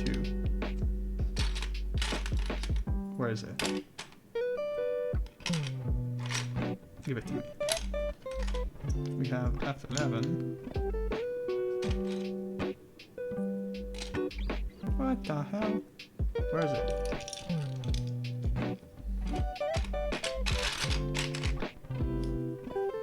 We have 6.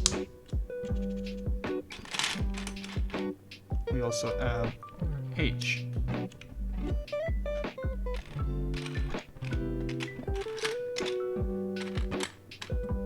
Numlock that we don't need.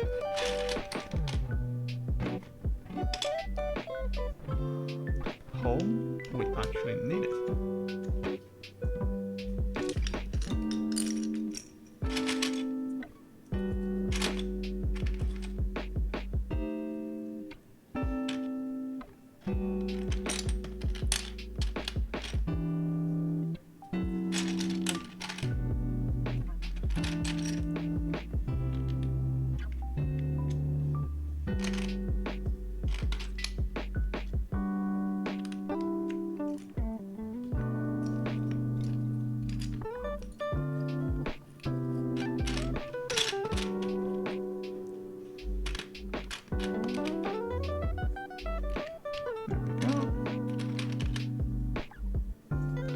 Page up, and then we have page down.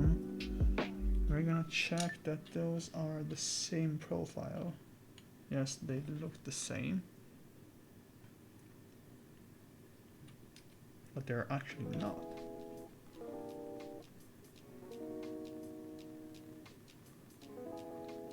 So we need page down, we need and we can use these two. Then we have delete. Yeah, we're gonna use autoger, even though it's not the correct one.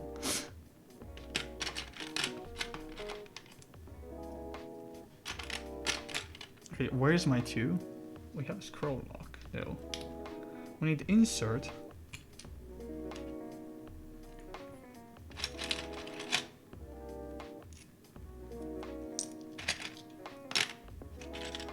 Am I having like a major skill issue and I don't find the 2? And the insert?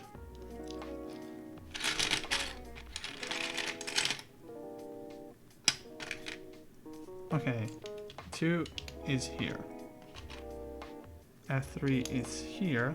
Okay, we don't have a control stepped caps lock key.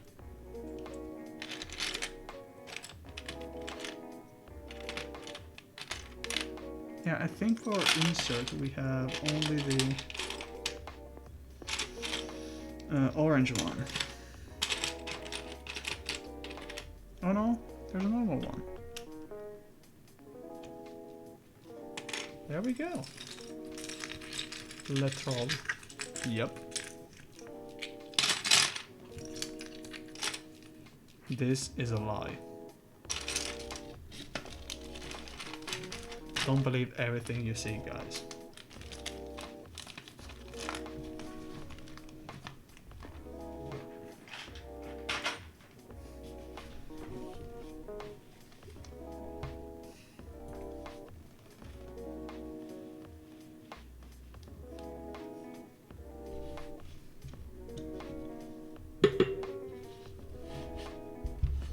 Okay, the board is actually built. Yeah, the F2 is. I mean, the entirety of the board is.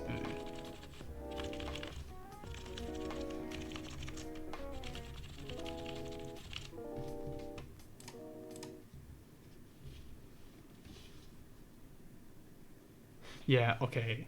Like the crookedness is not terrible. But of course it needs to be fixed, and that is already in the works. The actual feel, I gotta say, like I'm not checking the sound, like for example this. that is the overloop as hell that I did. Same for the spacebar. Actually, it's pretty consistent, I gotta say.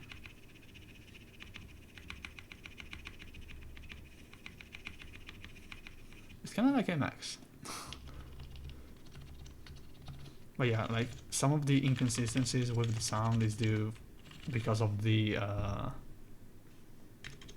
fact that this is not the correct plate system. So I use the standoffs, and we don't have, for example, here we are missing one screw, and also like the overall tightness is not correct. So this is more of a showcase of how you need to build it, and then we are gonna build it from scratch with the correct plate once I come back the 3rd-ish of September.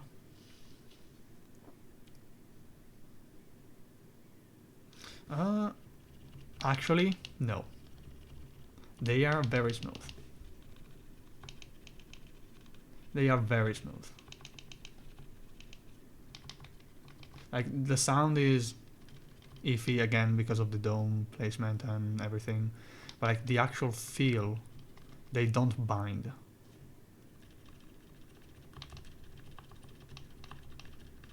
The backspace,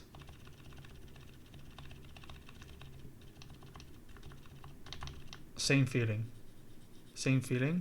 Of course, like there is the natural like slight buckling, but that is not a binding. Like it's the usual thing that you'll notice even with HHKB, for example.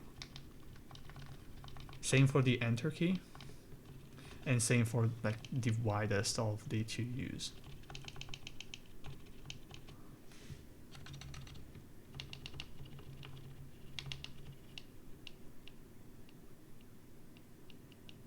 Yeah, I definitely overlooped this. But the feel is consistent.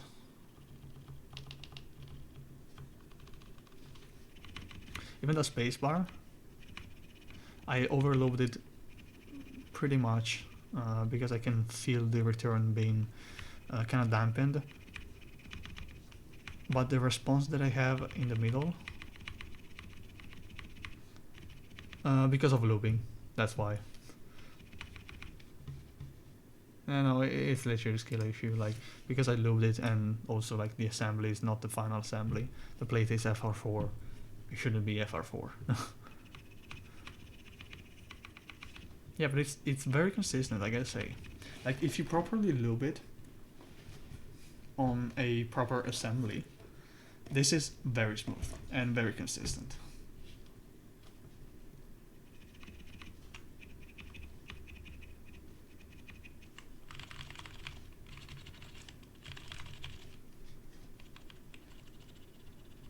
They are not scratchy, actually.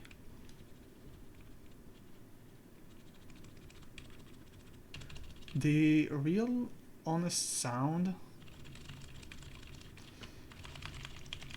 that I can feel is properly the slight misalignment of like domes and stuff. But even then, it's totally usable.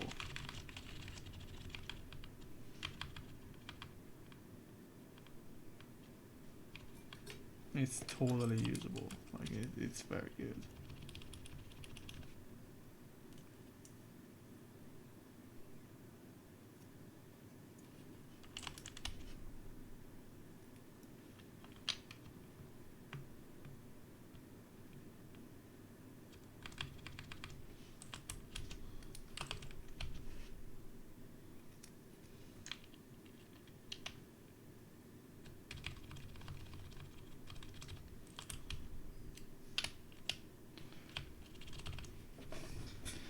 See if I have the bars instead, and we can bring back the music for a little bit. So we have the F. Do I even have keys without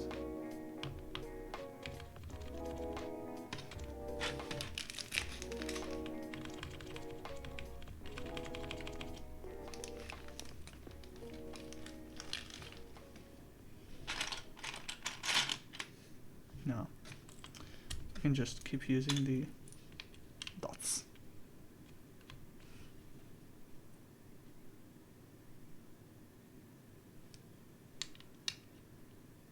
There we go. Okay, so let me go through chat real quick. I mean, I can't really comment on the sound right now because, again, the assembly is not what the actual units being sold is. So currently it's using a FR4 plate and it's using the gaskets for the mounting. So, and the actual coupling between the plate and the PCB is done through standoffs, so that is totally not what the actual units are supposed to be. But it's not that bad, actually. Like, if I were to properly build it, like fine-tune it with FR4, it's not bad.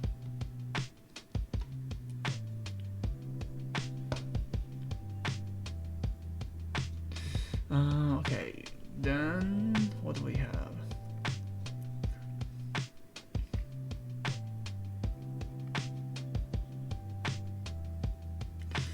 ECS just like GMK in terms of home rowing. I can test it right away. Caps lock, stepped caps lock, no issues. Like, I don't hear anything.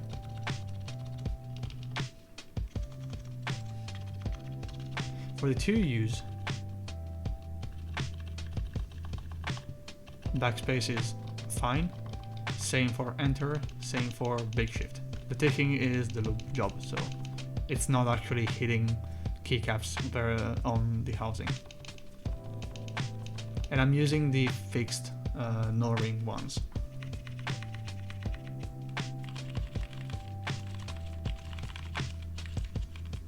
The thing that I'm noticing though is the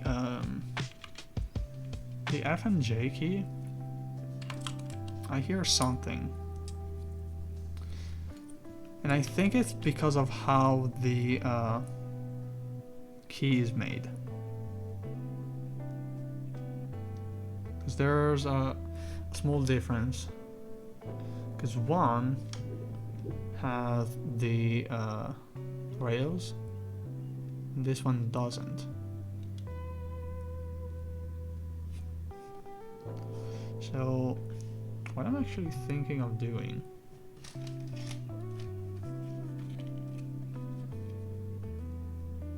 what if I do this?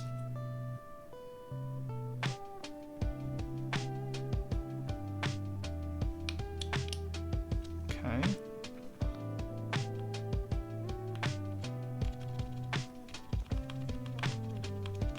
Yeah, I think the fact that it's flat is giving some more harsh sound.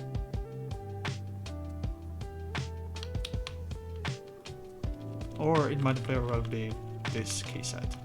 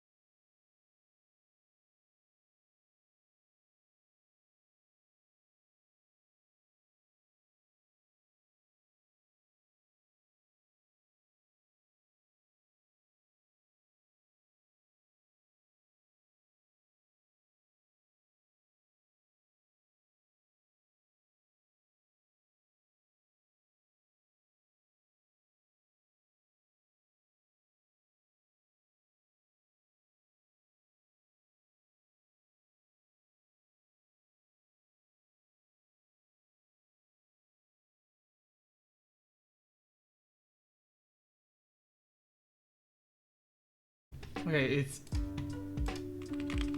actually pretty good. I like it. The 55 are, again, this is only a comment with this configuration, so I'll have to test it properly like with other boards. But I really like how it feels.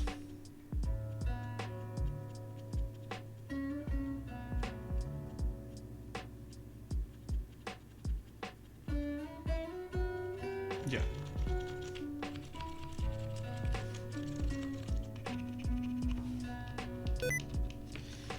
I definitely overlooked it.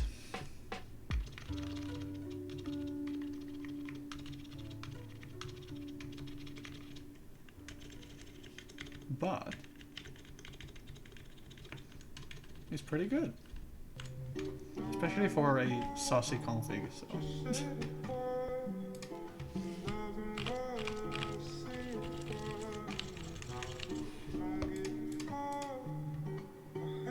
Okay, so what we're gonna do now is just a quick showcase of what the process would be for the upcoming projects. So the idea is you build the board as better as you can. Okay, then you plug it in, you go into the layouts, and you select whatever layout you actually are using. Then you go into EC Tools, Calibration, and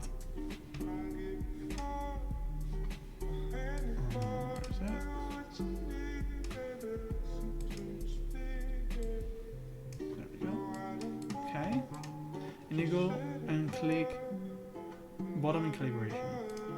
This will enable a calibration mode where the board basically picks up the highest value that it reads for each key and then stores it in memory.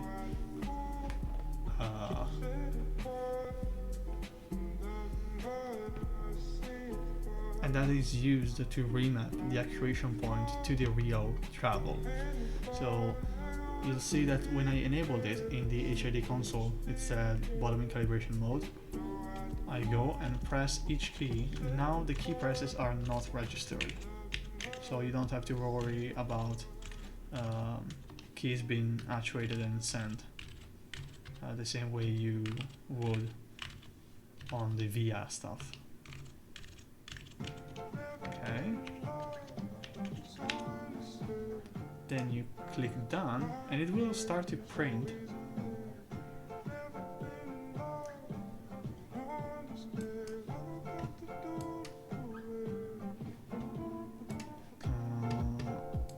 I think this HID is worked. So we're gonna use another one.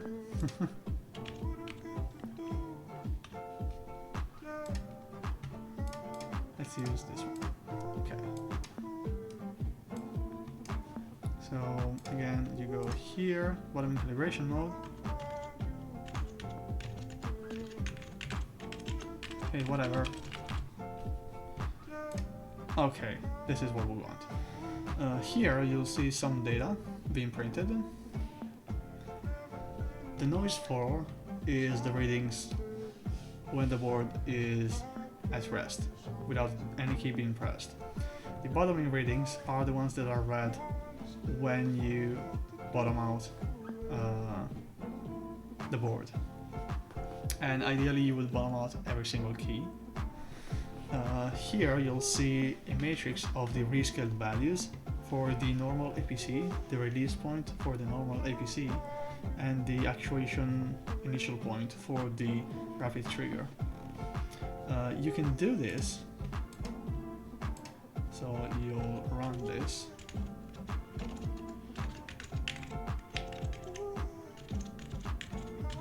For the entire board.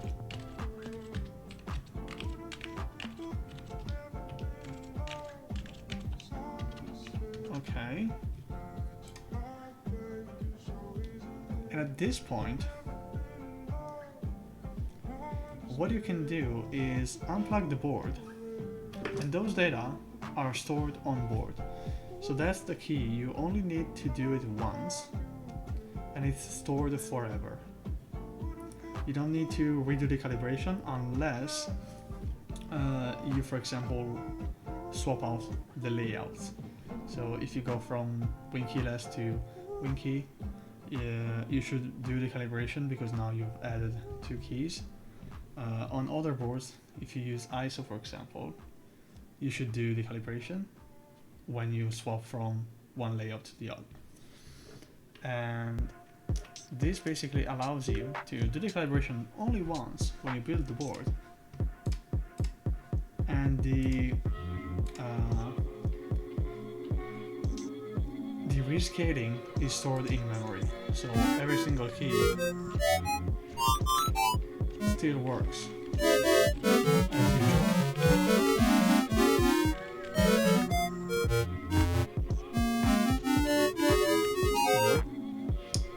And that is the real advantage of the new firmware, the calibration.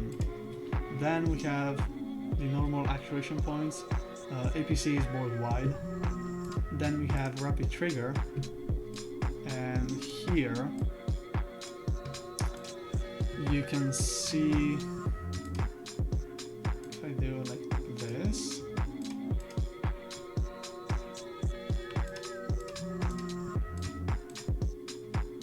that, let's say I'm pressing E. The first time it says key pressed, that is the actuation point that we set here.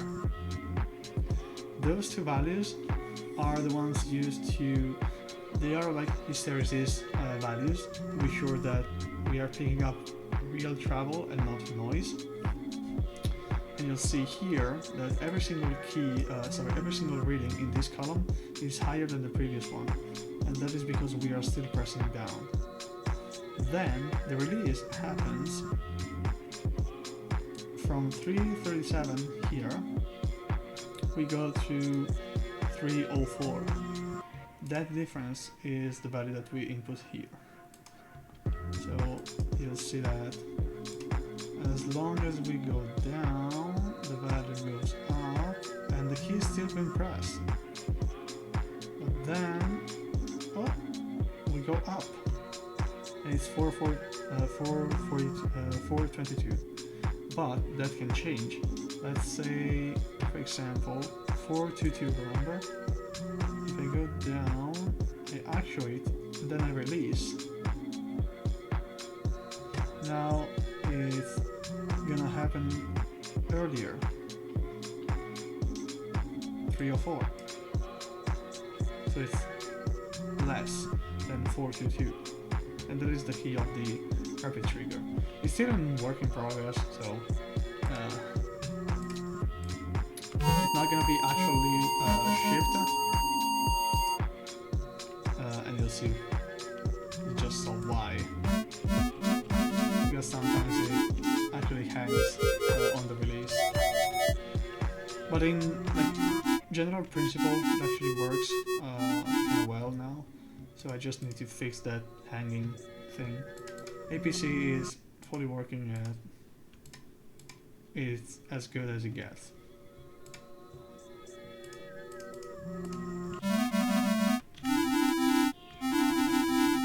And also, you saw here that when I changed the actuation mode, it actually outputted which mode I'm in. So yeah, those are the new things in the firmware. I will probably release the binaries for the reflash somewhere when I come back. Hopefully I fixed the rapid trigger, otherwise I will just remove that from this release cycle. And yeah, that's pretty much it. This was the EC Theca. designed by Densus Design, and it ran through PLC. There's also MX compatibility, solder and hotspot, but of course I went for EC. There's also a brown variant of the case. This is the beige one, but I think that the beige is actually very well executed, and it blends well with pretty much whatever keycap set you want to use. I guess that's pretty much it. As a reminder, we will be rebuilding this with the proper plate when I come back, probably from the 4th onwards, because I come back the 3rd, so I don't know if delivery is gonna be on point when I come back. So yeah, that's pretty much it. We'll see if there's someone to raid. Let's see.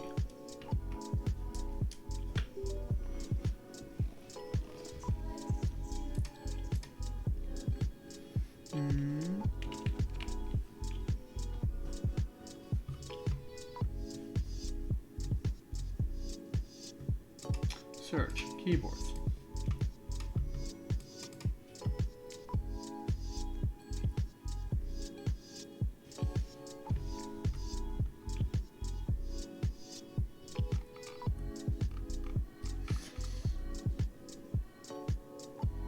Oh, I know who we can raid. And I would say that's for sure true. We are gonna definitely raid him. Slash raid? Yes. Slash raid channel. Raid message is Theca. Because why not?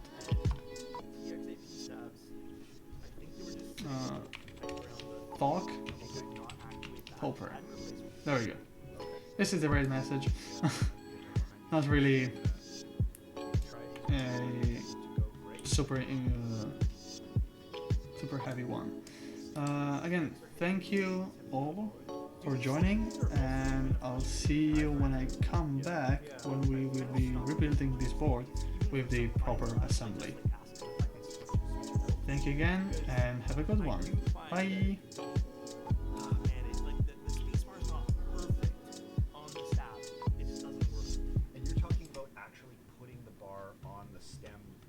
Stem, right?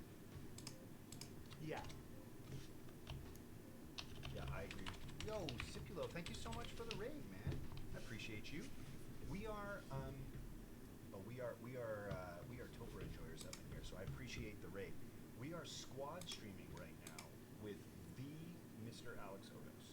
So if you guys check the link up above, click that, you get to watch both of us. We are dual streaming right now our personal Kaze builds. Welcome.